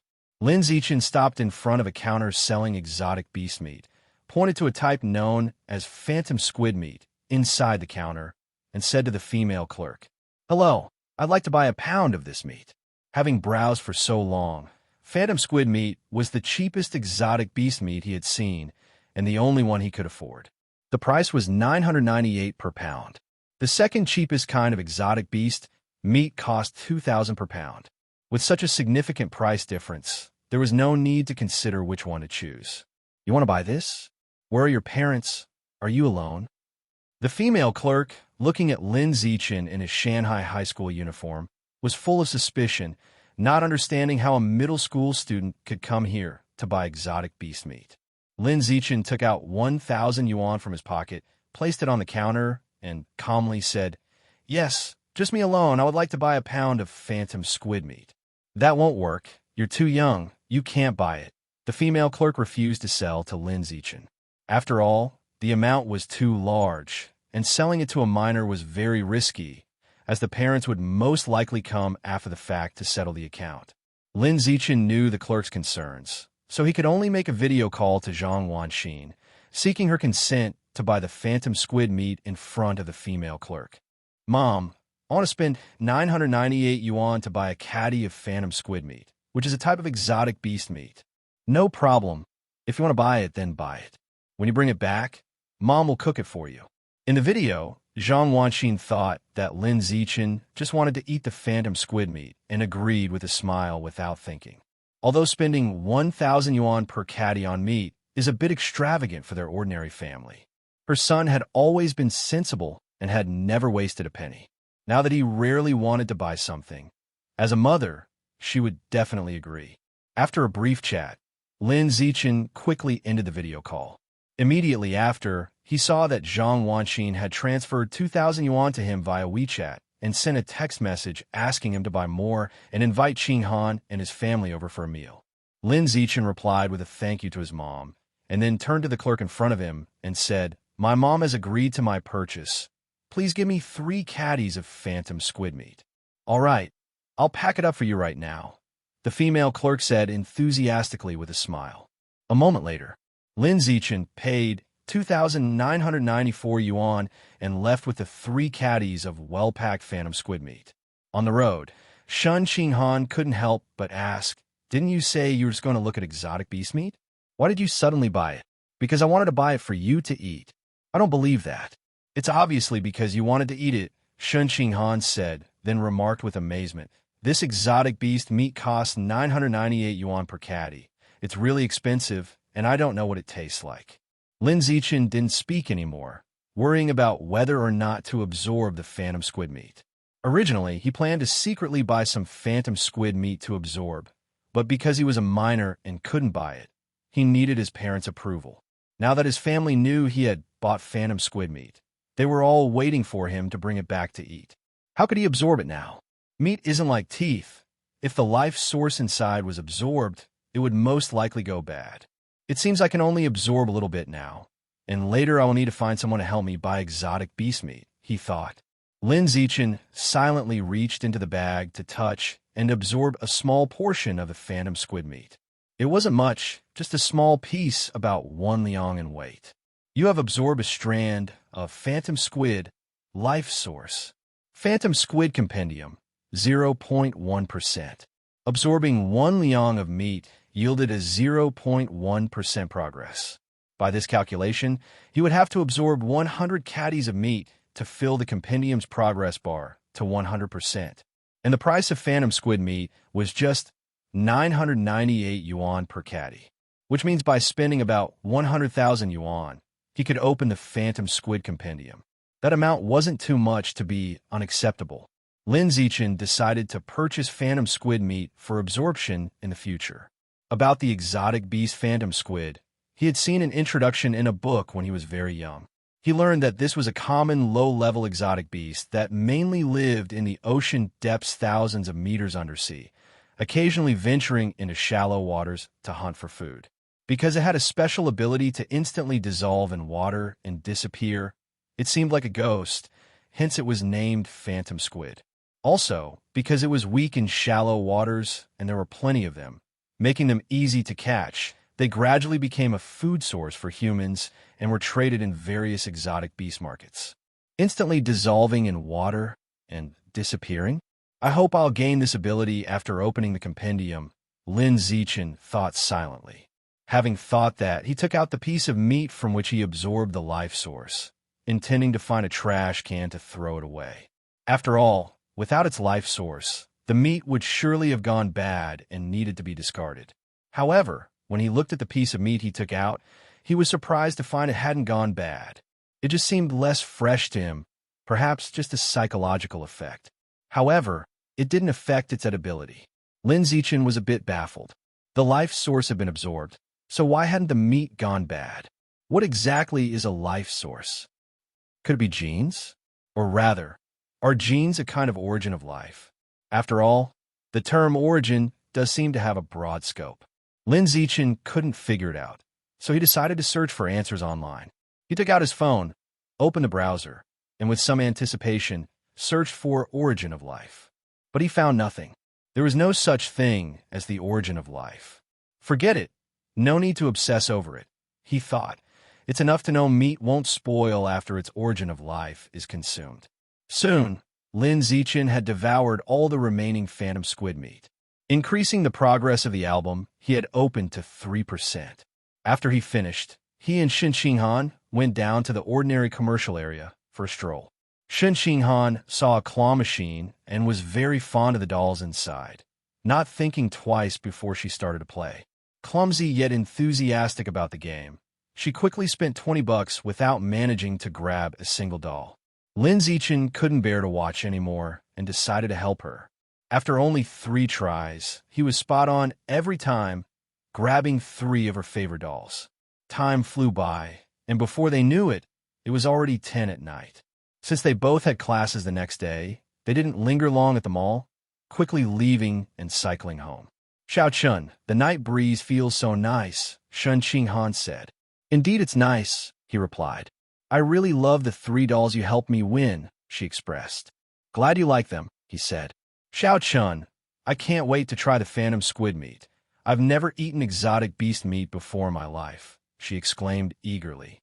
On their way home, they chatted sporadically.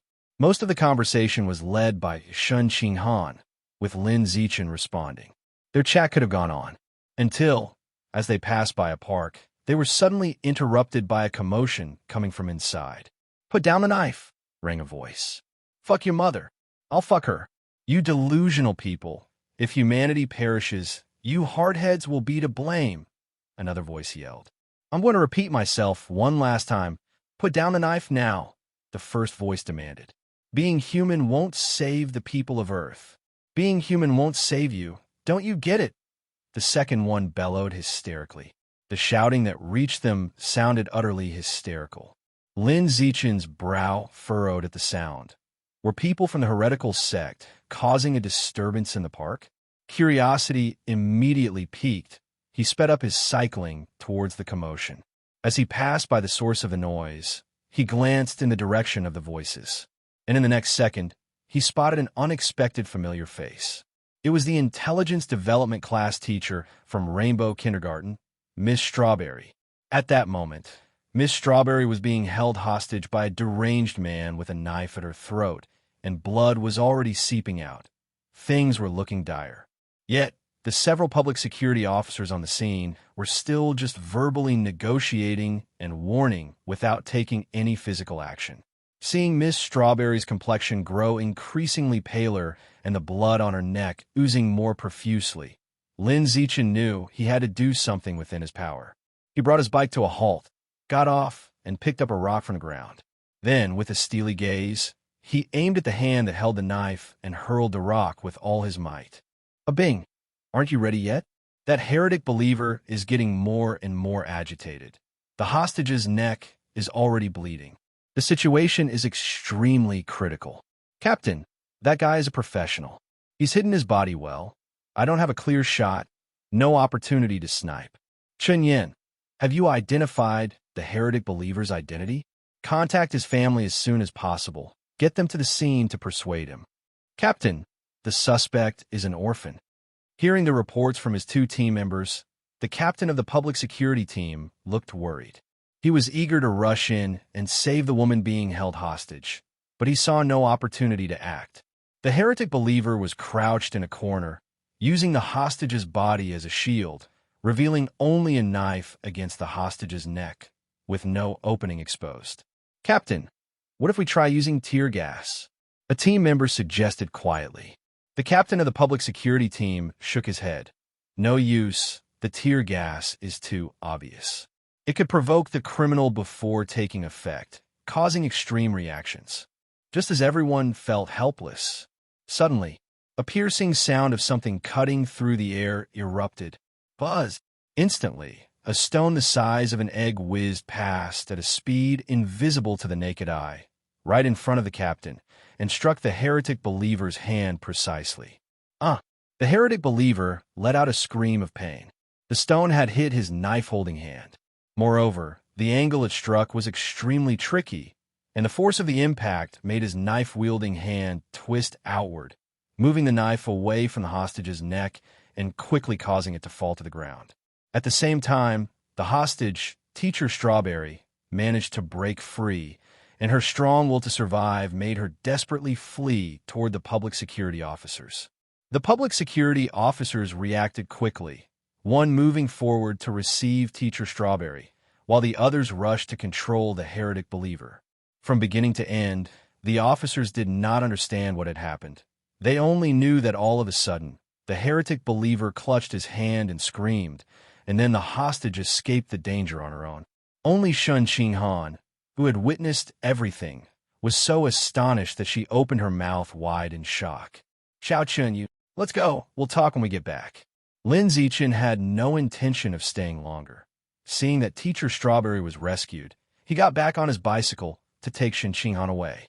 However, before he could pedal away, the captain of the public security team ran over and blocked his path, breathing heavily, and said, "Student, wait a second. Don't rush off just yet. Was it you who threw the stone just now?" As he spoke, the captain of the public security team held out a stone that he had in his hand in front of Lin Zichen. The heretic believer's hand was injured, and there was a blood-stained stone not far from his feet. Combining the direction from which the stone had come, the captain guessed that it was Lin Zichen who had thrown it. Although it was hard to believe, there was indeed no more reasonable explanation at the moment. "It wasn't me who threw it." Lin Zichen, not wanting to be bothered by the aftermath, nonchalantly dropped such a remark. Afterward, he veered the bike and rode away from the captain of the public security team. The captain was momentarily stunned. Then, realizing what had happened, he looked after his retreating figure and shouted, Student, wait a moment. Student, what you did was a good deed. Why won't you admit it?"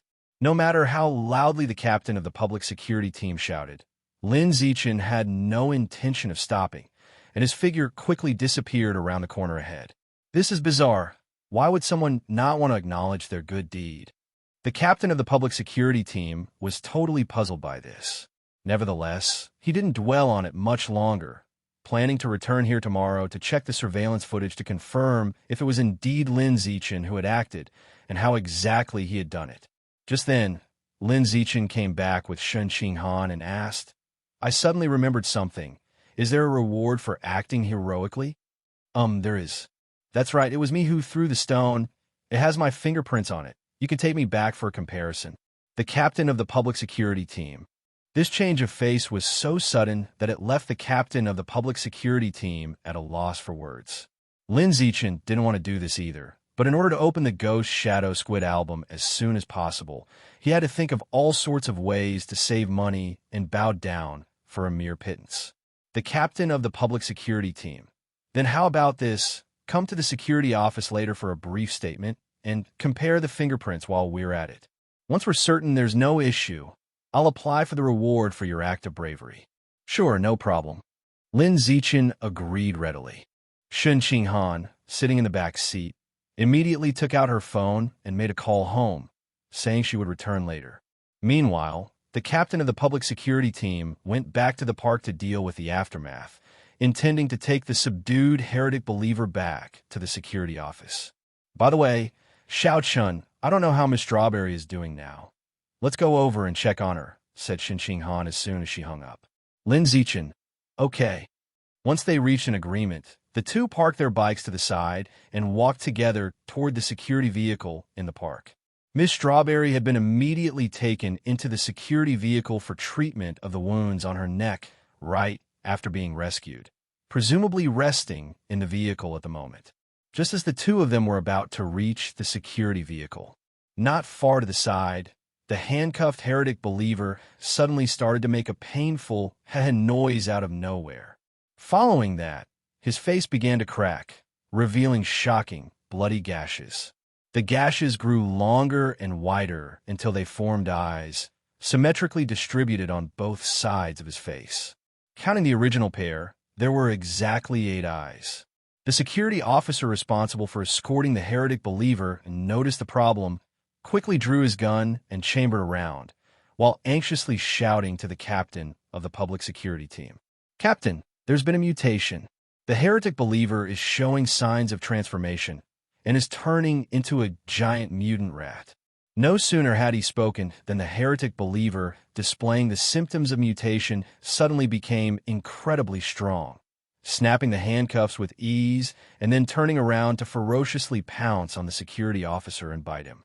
Luckily, the security officer was on guard and reacted swiftly, sidestepping just in time to dodge the attack. Giant mutant rat transformation. Lin Zichen first heard these 5 words and then saw the 8 eyes on the heretic believer's face, and without thinking, he immediately picked up Shun Qinghan beside him and started sprinting towards the park's exit. He didn't know what exactly was happening, but getting away from the situation as quickly as possible was definitely the right choice. Shun Qinghan was still a bit bewildered, but she had been carried by Lin Zichen like this often enough as a child, so she obediently wrapped her arms around his neck and pressed her face against his body to make it easier for him to carry her. Shoot now." No sooner had Lin Zichen started running than the captain of the public security team, frantic, yelled at several security officers. Then, a series of deafening gunshots rang out, piercing the quiet night. Bang, bang, bang, bang, bang, bang, bang, bang, bang.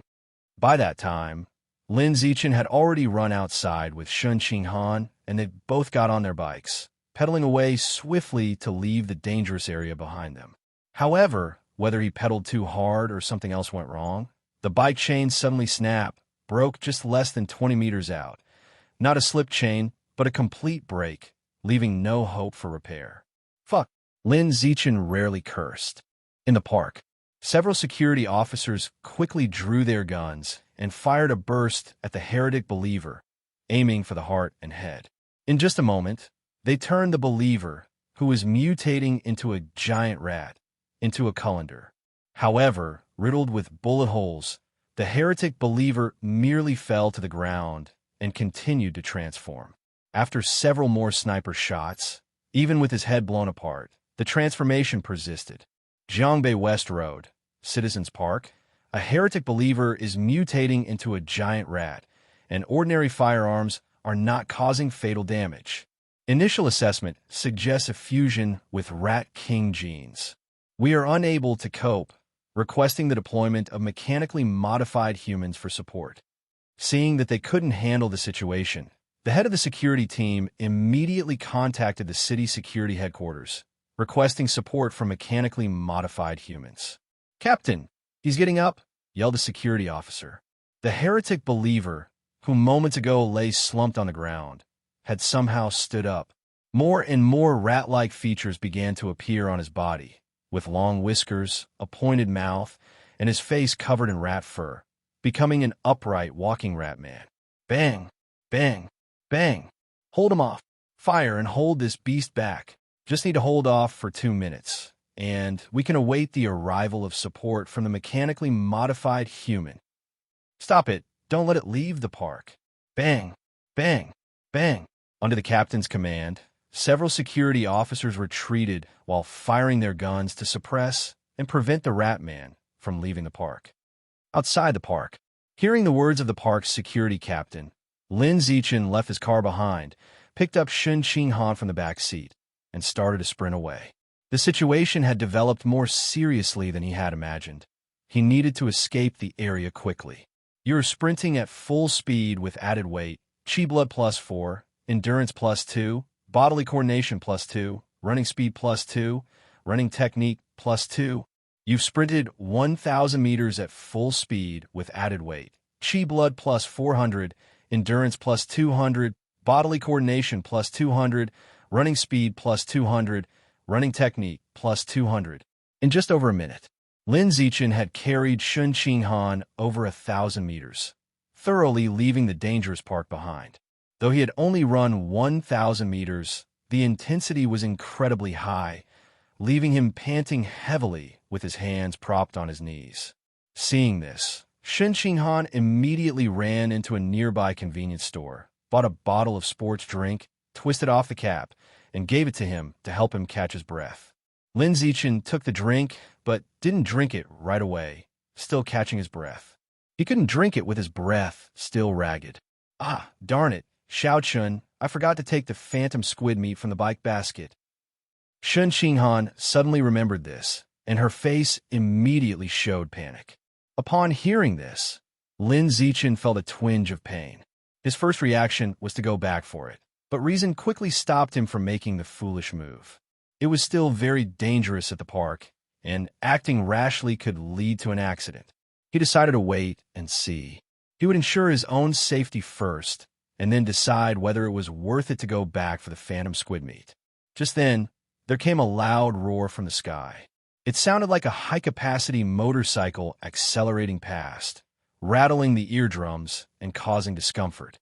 Lin Zichen looked up following the noise. It was a mechanically modified human, but it was just a fleeting glimpse, disappearing hundreds of meters away in an instant, leaving no chance to catch a clear view of it. Nevertheless, it was likely the support the security captain had just requested. With a mechanically modified human on the scene, safety should be guaranteed. With this thought, Lin Zichen decided to go back and retrieve the phantom squid meat. So, he turned to Sun Qinghan and said, "Wait here for me a moment. I'll go back to the park for the phantom squid meat. I'll be back quickly." I'll be faster if I go alone." "All right then, be careful on the way, and come back quickly." MHM. Lin Zichen didn't say anything more and quickly turned to run in the direction of the park. Since he wasn't carrying Sun Qinghan, it took him less than a minute to get back to the outside of the park. At that moment, a massive amount of purple-blue smoke was wafting through the park, and intense combat noises could be heard from inside. Lin Zichen ignored all that, quickly ran to his bicycle, stopped in front of it, and took out the phantom squid meat from the basket. As soon as he had it in his hands, he smelled a faint stench of decay. He sniffed, and the scent was coming from the bag that contained the phantom squid meat. Lin Zichen immediately had a bad feeling about it. With some trepidation, he opened the bag to peek at the phantom squid meat inside. Disappointingly, he found that the meat had spoiled and was showing clear signs of decay. Damn! The meat had a delayed spoilage time after its life essence had been devoured. Not that it wouldn't spoil at all. What was he supposed to do now? How could he explain this to his parents when he got back? Lin Zichen was very troubled. At that time, even more intense fighting sounds came from the park. Along with them was a sharp, shrieking sound that was like a mouse, yet also human. The next second, a slender figure burst up from the dense purple-blue smoke, hovering in the sky thanks to the powerful reverse thrust device under their feet. Lin Zichen looked up into the sky, and what met his eyes was a female, mechanically modified human. Her chest was flat, made of pure alloy, with a round glowing area in the middle, seemingly an energy pump. Just by the alloy alone, she seemed stronger than the male mechanically modified human he had encountered in an alley when he was in elementary school. Suddenly, the energy pump on the female mechanically modified human's chest emitted an extremely dazzling light. The next moment, a terrifying beam of energy shot out from the energy pump, blasting towards the ground below with a roar. Then a loud boom resounded. The previously dark park was instantly illuminated by more than half. A moment later, the light dissipated. The park, which had been filled with noise, was now silent. What remained was just a whiff of the faint smell of scorched matter. Lin Zichen stood rooted to the spot, stunned by the scene before him. This female, mechanically modified human could actually fire laser cannons? Shanghai City was just a small prefecture-level city, and it had such high-level mechanically modified humans? That laser cannon blast looked terrifyingly powerful.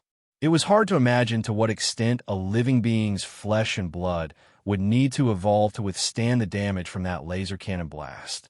Lin Zichen fell into deep thought. Meanwhile, the chest of the female, mechanically modified human in the sky was smoking, and the surrounding area was blackened.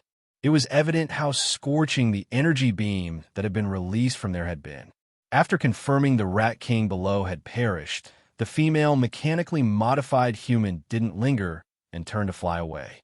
Lin Zichen watched her departure, his mind brimming with thoughts. He himself possessed physical qualities far beyond his peers, all thanks to his hard work and daily exercise. And mechanically modified humans didn't have to do anything, just install powerful alloy equipment. And they could have incredible destructive power. This rapid acquisition of power truly made one envious. While Lin Zichen was lost in these various thoughts, the security team captain and others came out from not far away and jogged toward the park to clean up the scene. Seeing this, Lin Zichen hesitated for a moment, then followed them in as well.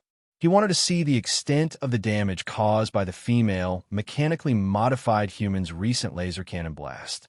On the way into the park, Lin Zichen felt the decaying flesh he was carrying was a bit cumbersome, so he opened the bag and threw the meat into a bush by the roadside. The rotting phantom squid meat was emitting an increasingly heavy and pungent odor, the mere smell of which was nauseating, rendering it unnecessary to keep any longer. It could only serve as waste put to use, returning it to the nurturing embrace of nature, offering a feast to the saprotrophic of the ecosystem. As for explaining it to his parents when he got home, he'd just say he ran into some heretic believers causing trouble, and in the chaos, he accidentally lost the meat. Moreover, to avoid unnecessary trouble in the future, if he were to buy exotic beast meat to devour again, he'd have to figure out a way to have someone else purchase it on his behalf. Lost in thought, Lin Zichen followed the security team into the interior of the park. At a glance, a purple-blue smoke still lingered in the air, but it had mostly dissipated, revealing large swaths of scorched earth still smoking. Moving closer to inspect, one could see a pit with a radius of about 1 meter at the centermost point. Approaching the pit to peer inside, he saw a completely charred corpse. It was the mechanically modified human that had transformed into the giant mutant rat. Lin Zichen was somewhat surprised. Such a powerful laser cannon, yet it hadn't completely erased this rat man, only blasted it into a charred carcass. It seemed that genetic fusion was still formidable. Unrelated personnel, please keep away. Student, please quickly leave this area. At the edge of the pit, a security officer saw Lin Zichen standing on the side and immediately shouted at him to leave. As soon as these words were spoken, the captain of the security team said, "Let him stay. We'll have to take him back to the station to give a statement anyway." Give a statement? The security officer was a bit puzzled, not understanding why Lin Zichen needed to go back to the station to give a statement. He didn't know that the hostages had managed to escape from the hands of the heretic believer thanks to Lin Zichen's secret intervention. Right then, Lin Zichen's phone rang. It was a call from Shen Qinghan. As soon as he answered, Shen Qinghan's voice, full of worry, came through immediately. "Xiao Chun, it's been over 10 minutes, and you haven't come back yet. Did something happen on the way?"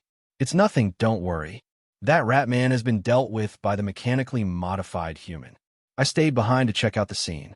You wait in the convenience store. I'll be back soon. Should I come to find you?" "No, it doesn't feel too safe. I'm coming to get you now. Wait for me. I'll be there in a moment." Lin Zichen quickly hung up the phone and ran to pick up Shen Qinghan. In just a short while, he brought Shen Qinghan over to the park. Shen Qinghan looked at the scorched ground in front of her, her face full of surprise. It was hard for her to imagine what had just happened here to cause everything to turn out like this. At that moment, the people from a security team had already removed the body from the pit and were carrying it on a stretcher to be placed in the trunk of the security vehicle. Luckily, The trunk of the security vehicle was usually large enough to hold various types of sizable equipment. Otherwise, the stretcher wouldn't have fit. Lin Zichen, observing the completely charred corpse, recalled that the security team captain had mentioned something about the Rat King gene when he had called for backup earlier. He speculated that the charred heretic believer most likely had the Rat King gene fused into him. And the Rat King gene was certainly a type of exotic beast gene.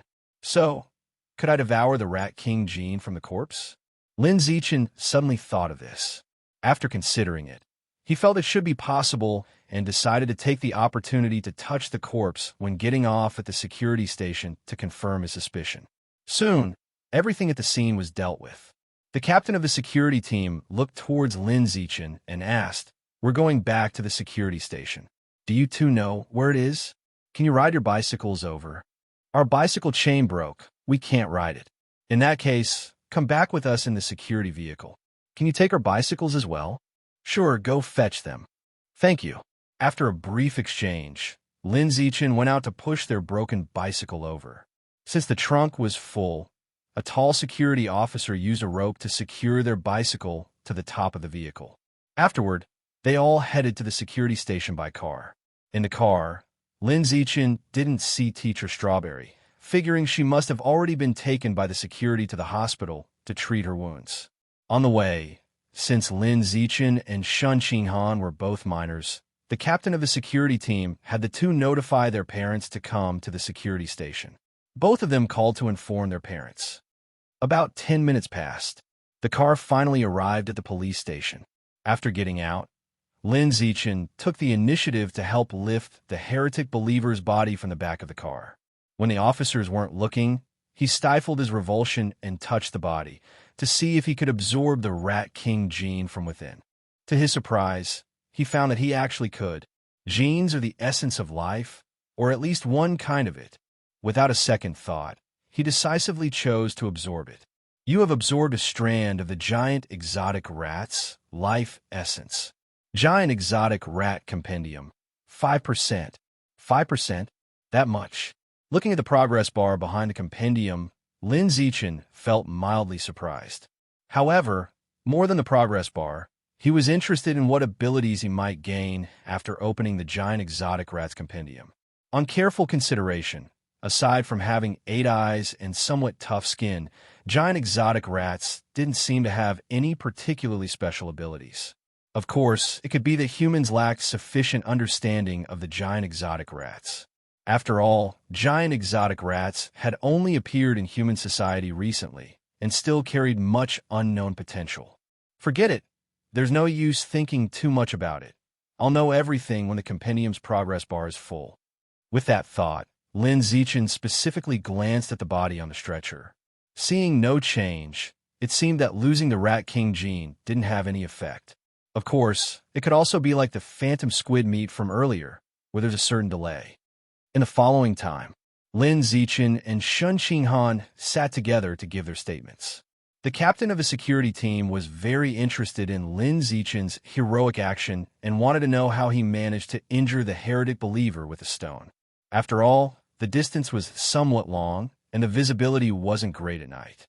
Under such conditions, to accurately hit the heretic believer's knife-holding hand with a stone was not something a middle school student should be capable of. Lin Zichen didn't want to reveal too much of his abilities, so he gave the excuse he had already prepared, saying he used a slingshot. "Where is that slingshot?" the captain of the security team asked suspiciously. Without even blinking, Lin Zichen calmly replied, "I accidentally lost it while fleeing the scene." "Are you sure?" "I'm very sure," Lin Zichen replied without a moment's hesitation. The captain of the security team nodded and didn't ask further. Soon, the statement was completed. At that time, the parents of Lin Zichen and Shun Qinghan had arrived at the police station. Both sets of parents looked anxious. None of them had expected their children to encounter trouble with heretic believers just by going out at night. Fortunately, the outcome was fortunate, and both kids were unharmed. Otherwise, none of the parents would have been able to bear it. After a brief chat with his parents, Lin Zichen turned to the captain of the security team and asked, "Excuse me, When can I apply for my reward for the act of courage? Right now, if you go for a fingerprint comparison, and once the results come back confirming everything is correct, I can apply for your reward in the system. The captain of the security team answered. Having understood the process, Lin Zichen followed a young officer to do the fingerprint comparison. Seeing this scene, both families' parents were somewhat bemused. A reward for an act of courage? What is that? Both parents were aware that their children had encountered some heretic believer-related unrest, but were unaware that Lin Zichen had acted heroically to save someone. It wasn't until they asked the captain of the security team and looked at the statement that they understood what had happened. Your son is truly remarkable, having the courage and composure to face a crisis head-on in middle school. He's a little hero. A passing female officer praised. After hearing this, Zhang Wanxin merely smiled politely at her, feeling no joy in her heart. She didn't want Lin Zichen to be a hero. She just wanted him to grow up safe and sound.